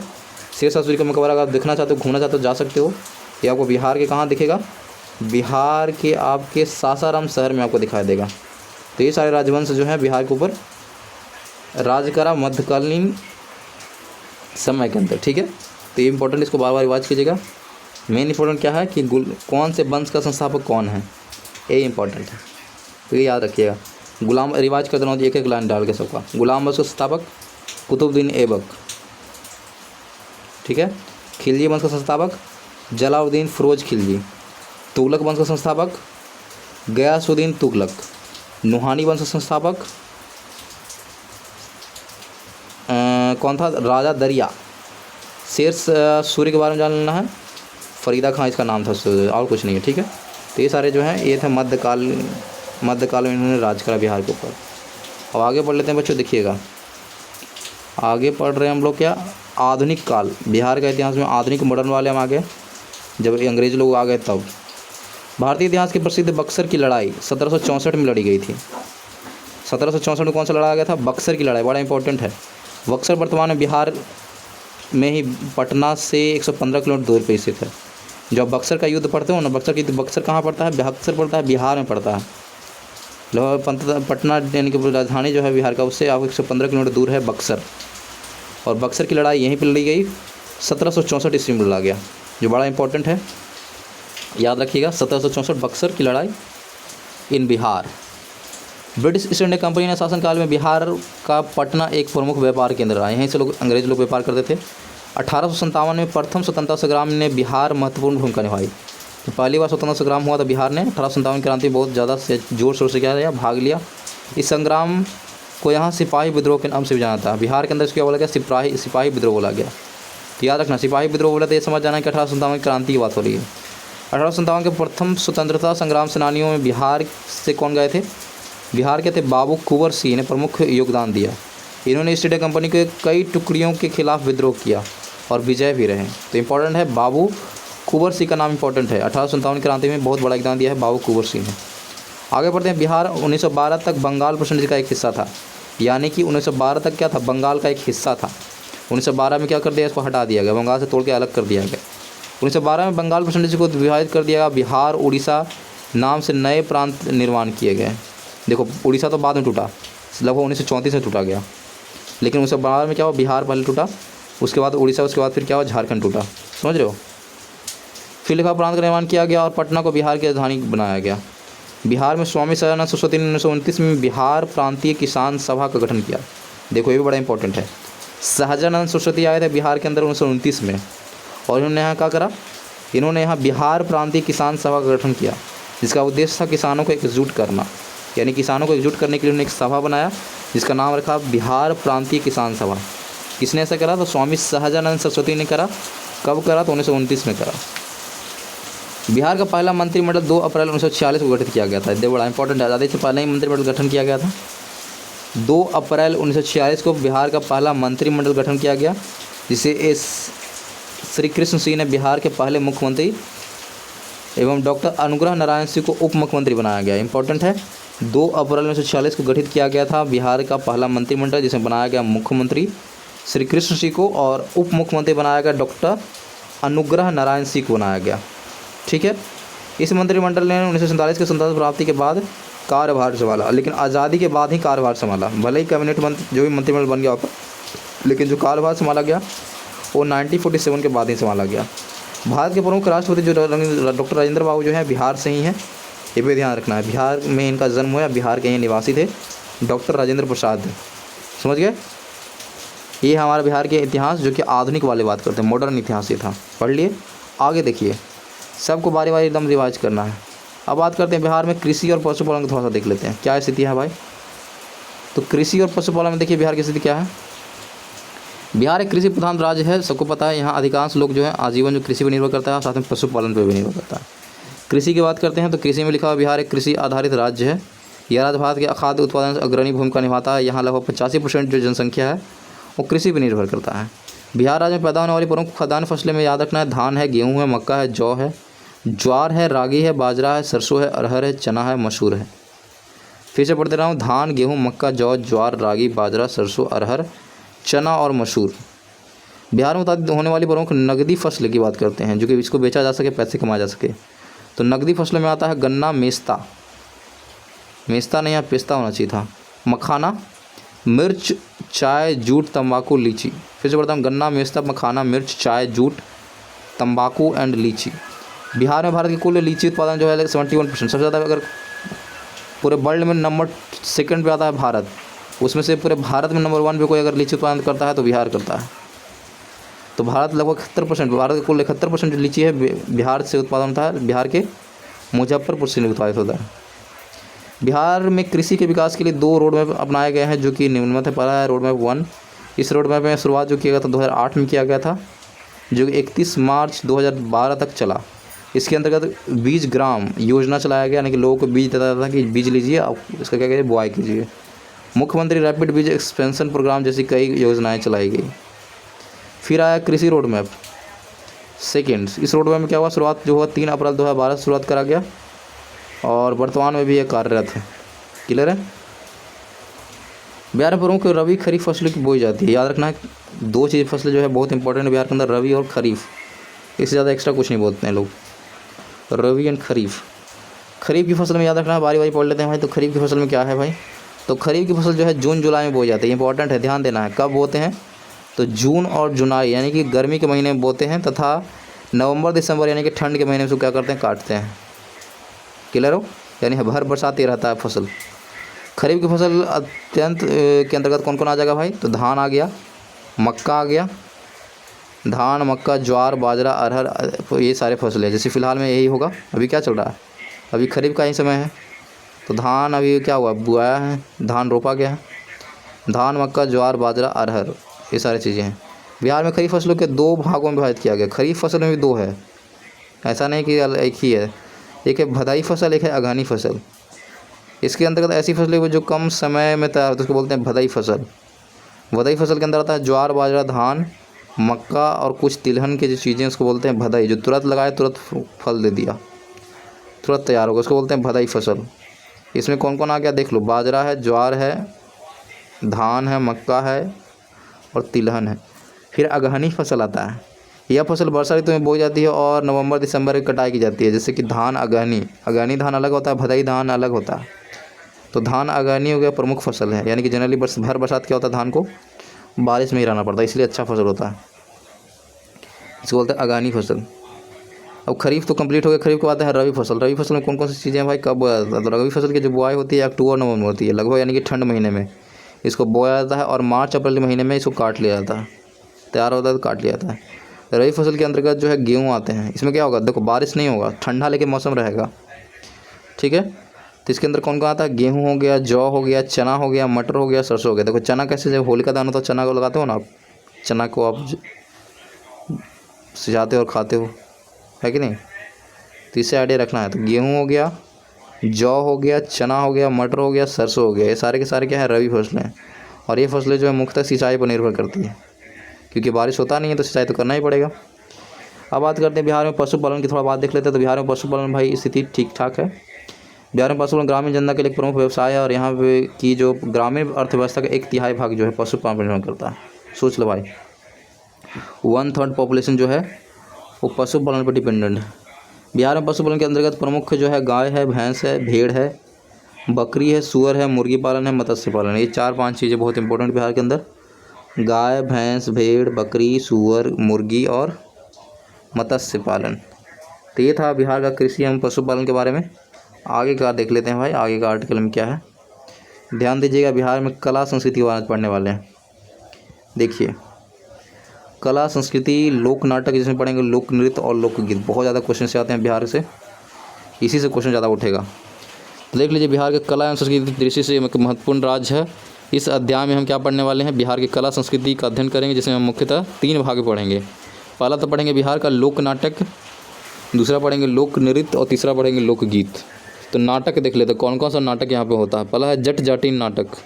इस नाटक में मुख्य जो कुंवारी लड़कियाँ भाग लेती है, और यह लोक नाटक एक जट और उसकी पत्नी जिसे जटिन कहा जाता है के दाम्पत्य जीवन पर आधारित होता है, यानी कि शादीशुदा जीवन पर आधारित होता है।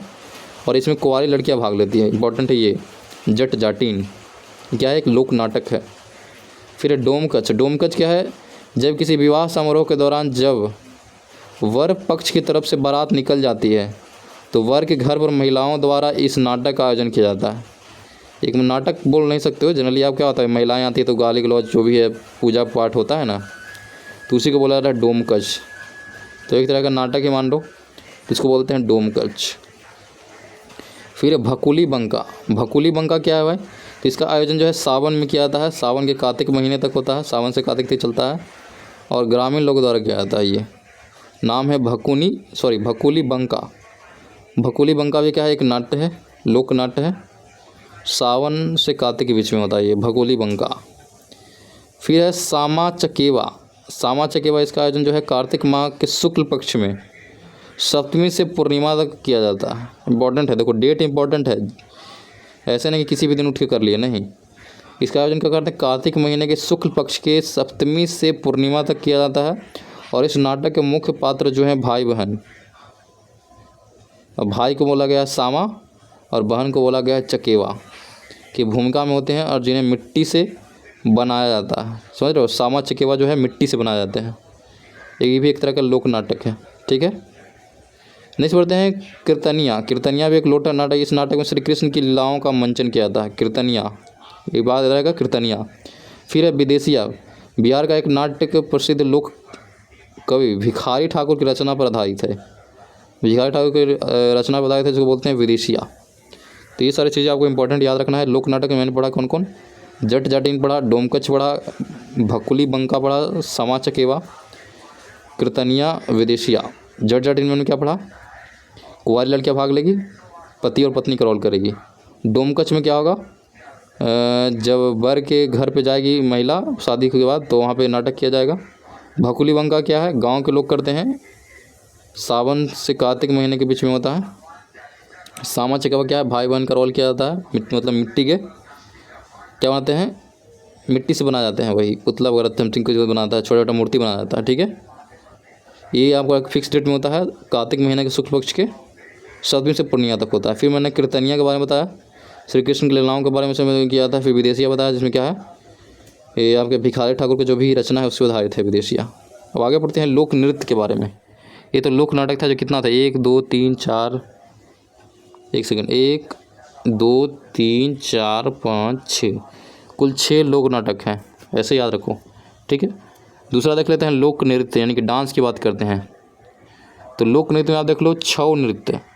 यह नृत्य युद्ध से संबंधित है, जो कि मुख्य रूप से पुरुषों द्वारा किया जाता है। छऊ नृत्य क्या है, युद्ध से रिलेटेड है। फिर कर्मा नृत्य। यह नृत्य बिहार के आदिवासी जनजातियों द्वारा फसलों की कटाई और बुआई के समय कर्मा देवता को प्रसन्न करने के लिए किया जाता है। ये डांस कटाई के समय भी और बुआई के समय भी। यहाँ के जो आदिवासी हैं, आदिवासी का नाम बताए थे, कितना सारे आदिवासी थे, सबके द्वारा किया जाता है, ठीक है। फिर कटघोड़वा नृत्य। कटघोड़वा नृत्य में क्या होता है, यह नृत्य जो है अपनी पीठ से बांस की खर्चियों से बना घोड़े के आकार का ढांचा बांध कर किया जाता है। यानी घोड़ा जैसा एक चीज़ बनाते हैं और उसको पीठ में बांध लेते हैं और फिर डांस करते हैं, उसको बोलते हैं कटघोड़वा नृत्य। ये बांस से बना होता है, ठीक है। बांस के पतले पतले टुकड़ों से बनाते हैं हम लोग घोड़ा, उसको पीठ में बांध लेते हैं, फिर डांस करते हैं।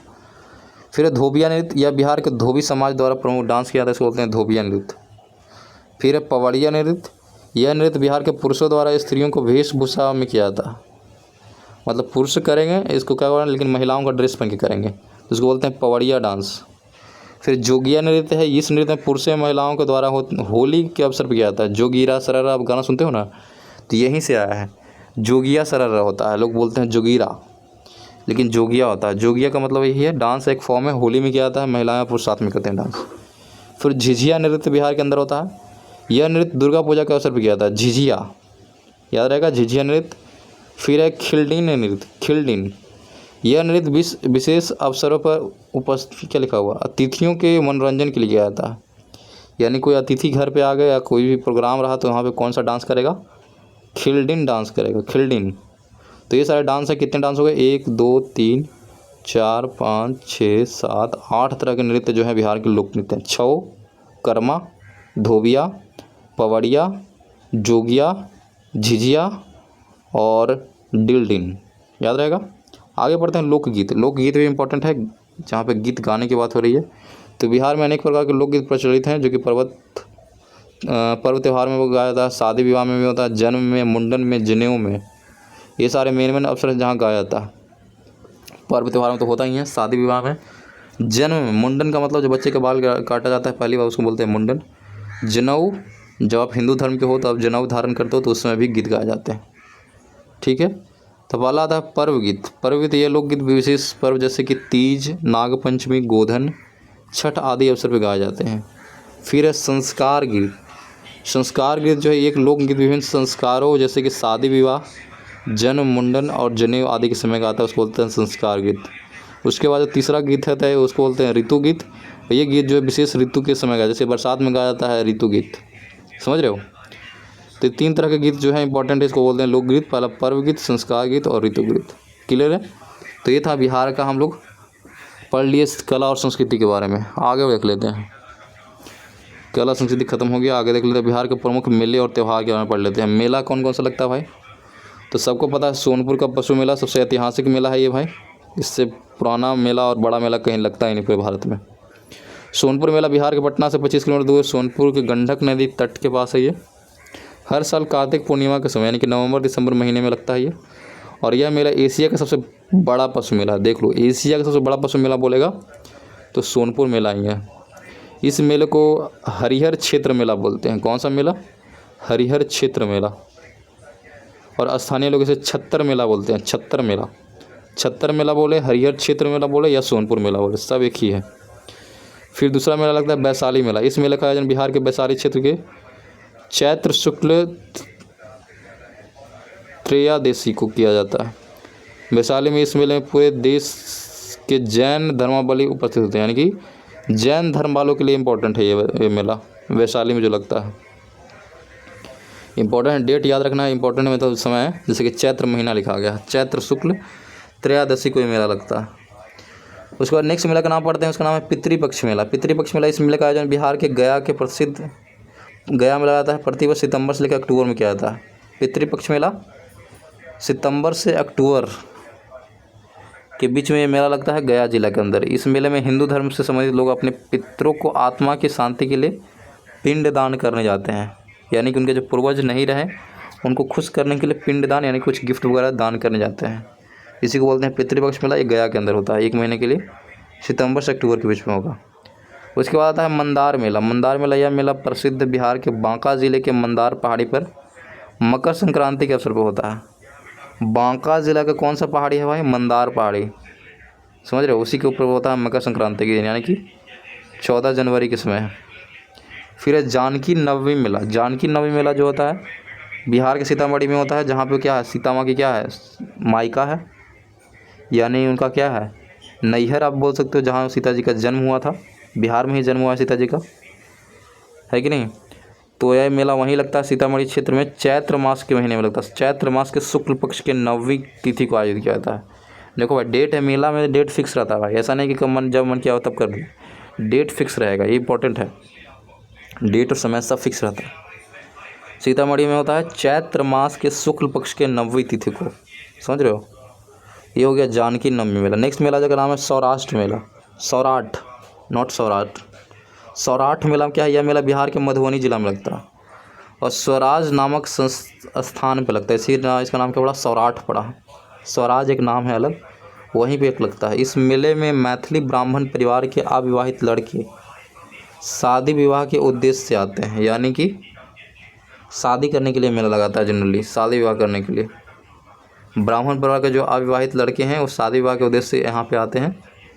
मैथिल ब्राह्मण परिवार से जो भी हैं, इसको बोलते हैं सौराठ मेला। सौराठ मेला यानी कि कपल वाला मेला है, जहाँ की लड़का लड़की को शादी कराता है। डायरेक्ट आइए मेला में शादी कर लीजिए।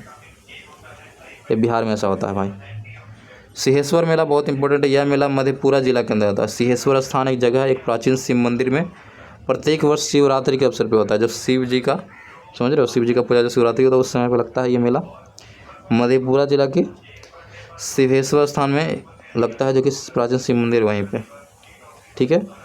तो इतने सारे मेले थे, कौन पढ़ा? शिवेश्वर मेला, फिर सौराठ मेला, जानकी नवमी मेला, मंदार मेला, पितृपक्ष मेला और वैशाली मेला, सोनपुर मेला। सोनपुर मेला ये था मतलब एशिया सबसे बड़ा पशु मेला था। वैशाली देखो इंपॉर्टेंट क्या है, कौन कहाँ कहाँ लगता है ये भी इंपॉर्टेंट है। वैशाली लगा वैशाली के अंदर। पितृपक्ष मेला का आयोजन कहाँ किया जा रहा है? गया के अंदर। मंदार मेला कहाँ किया जाता है? तो मंदार मेला बांका जिला में किया जा रहा है। जानकी मेला कहाँ?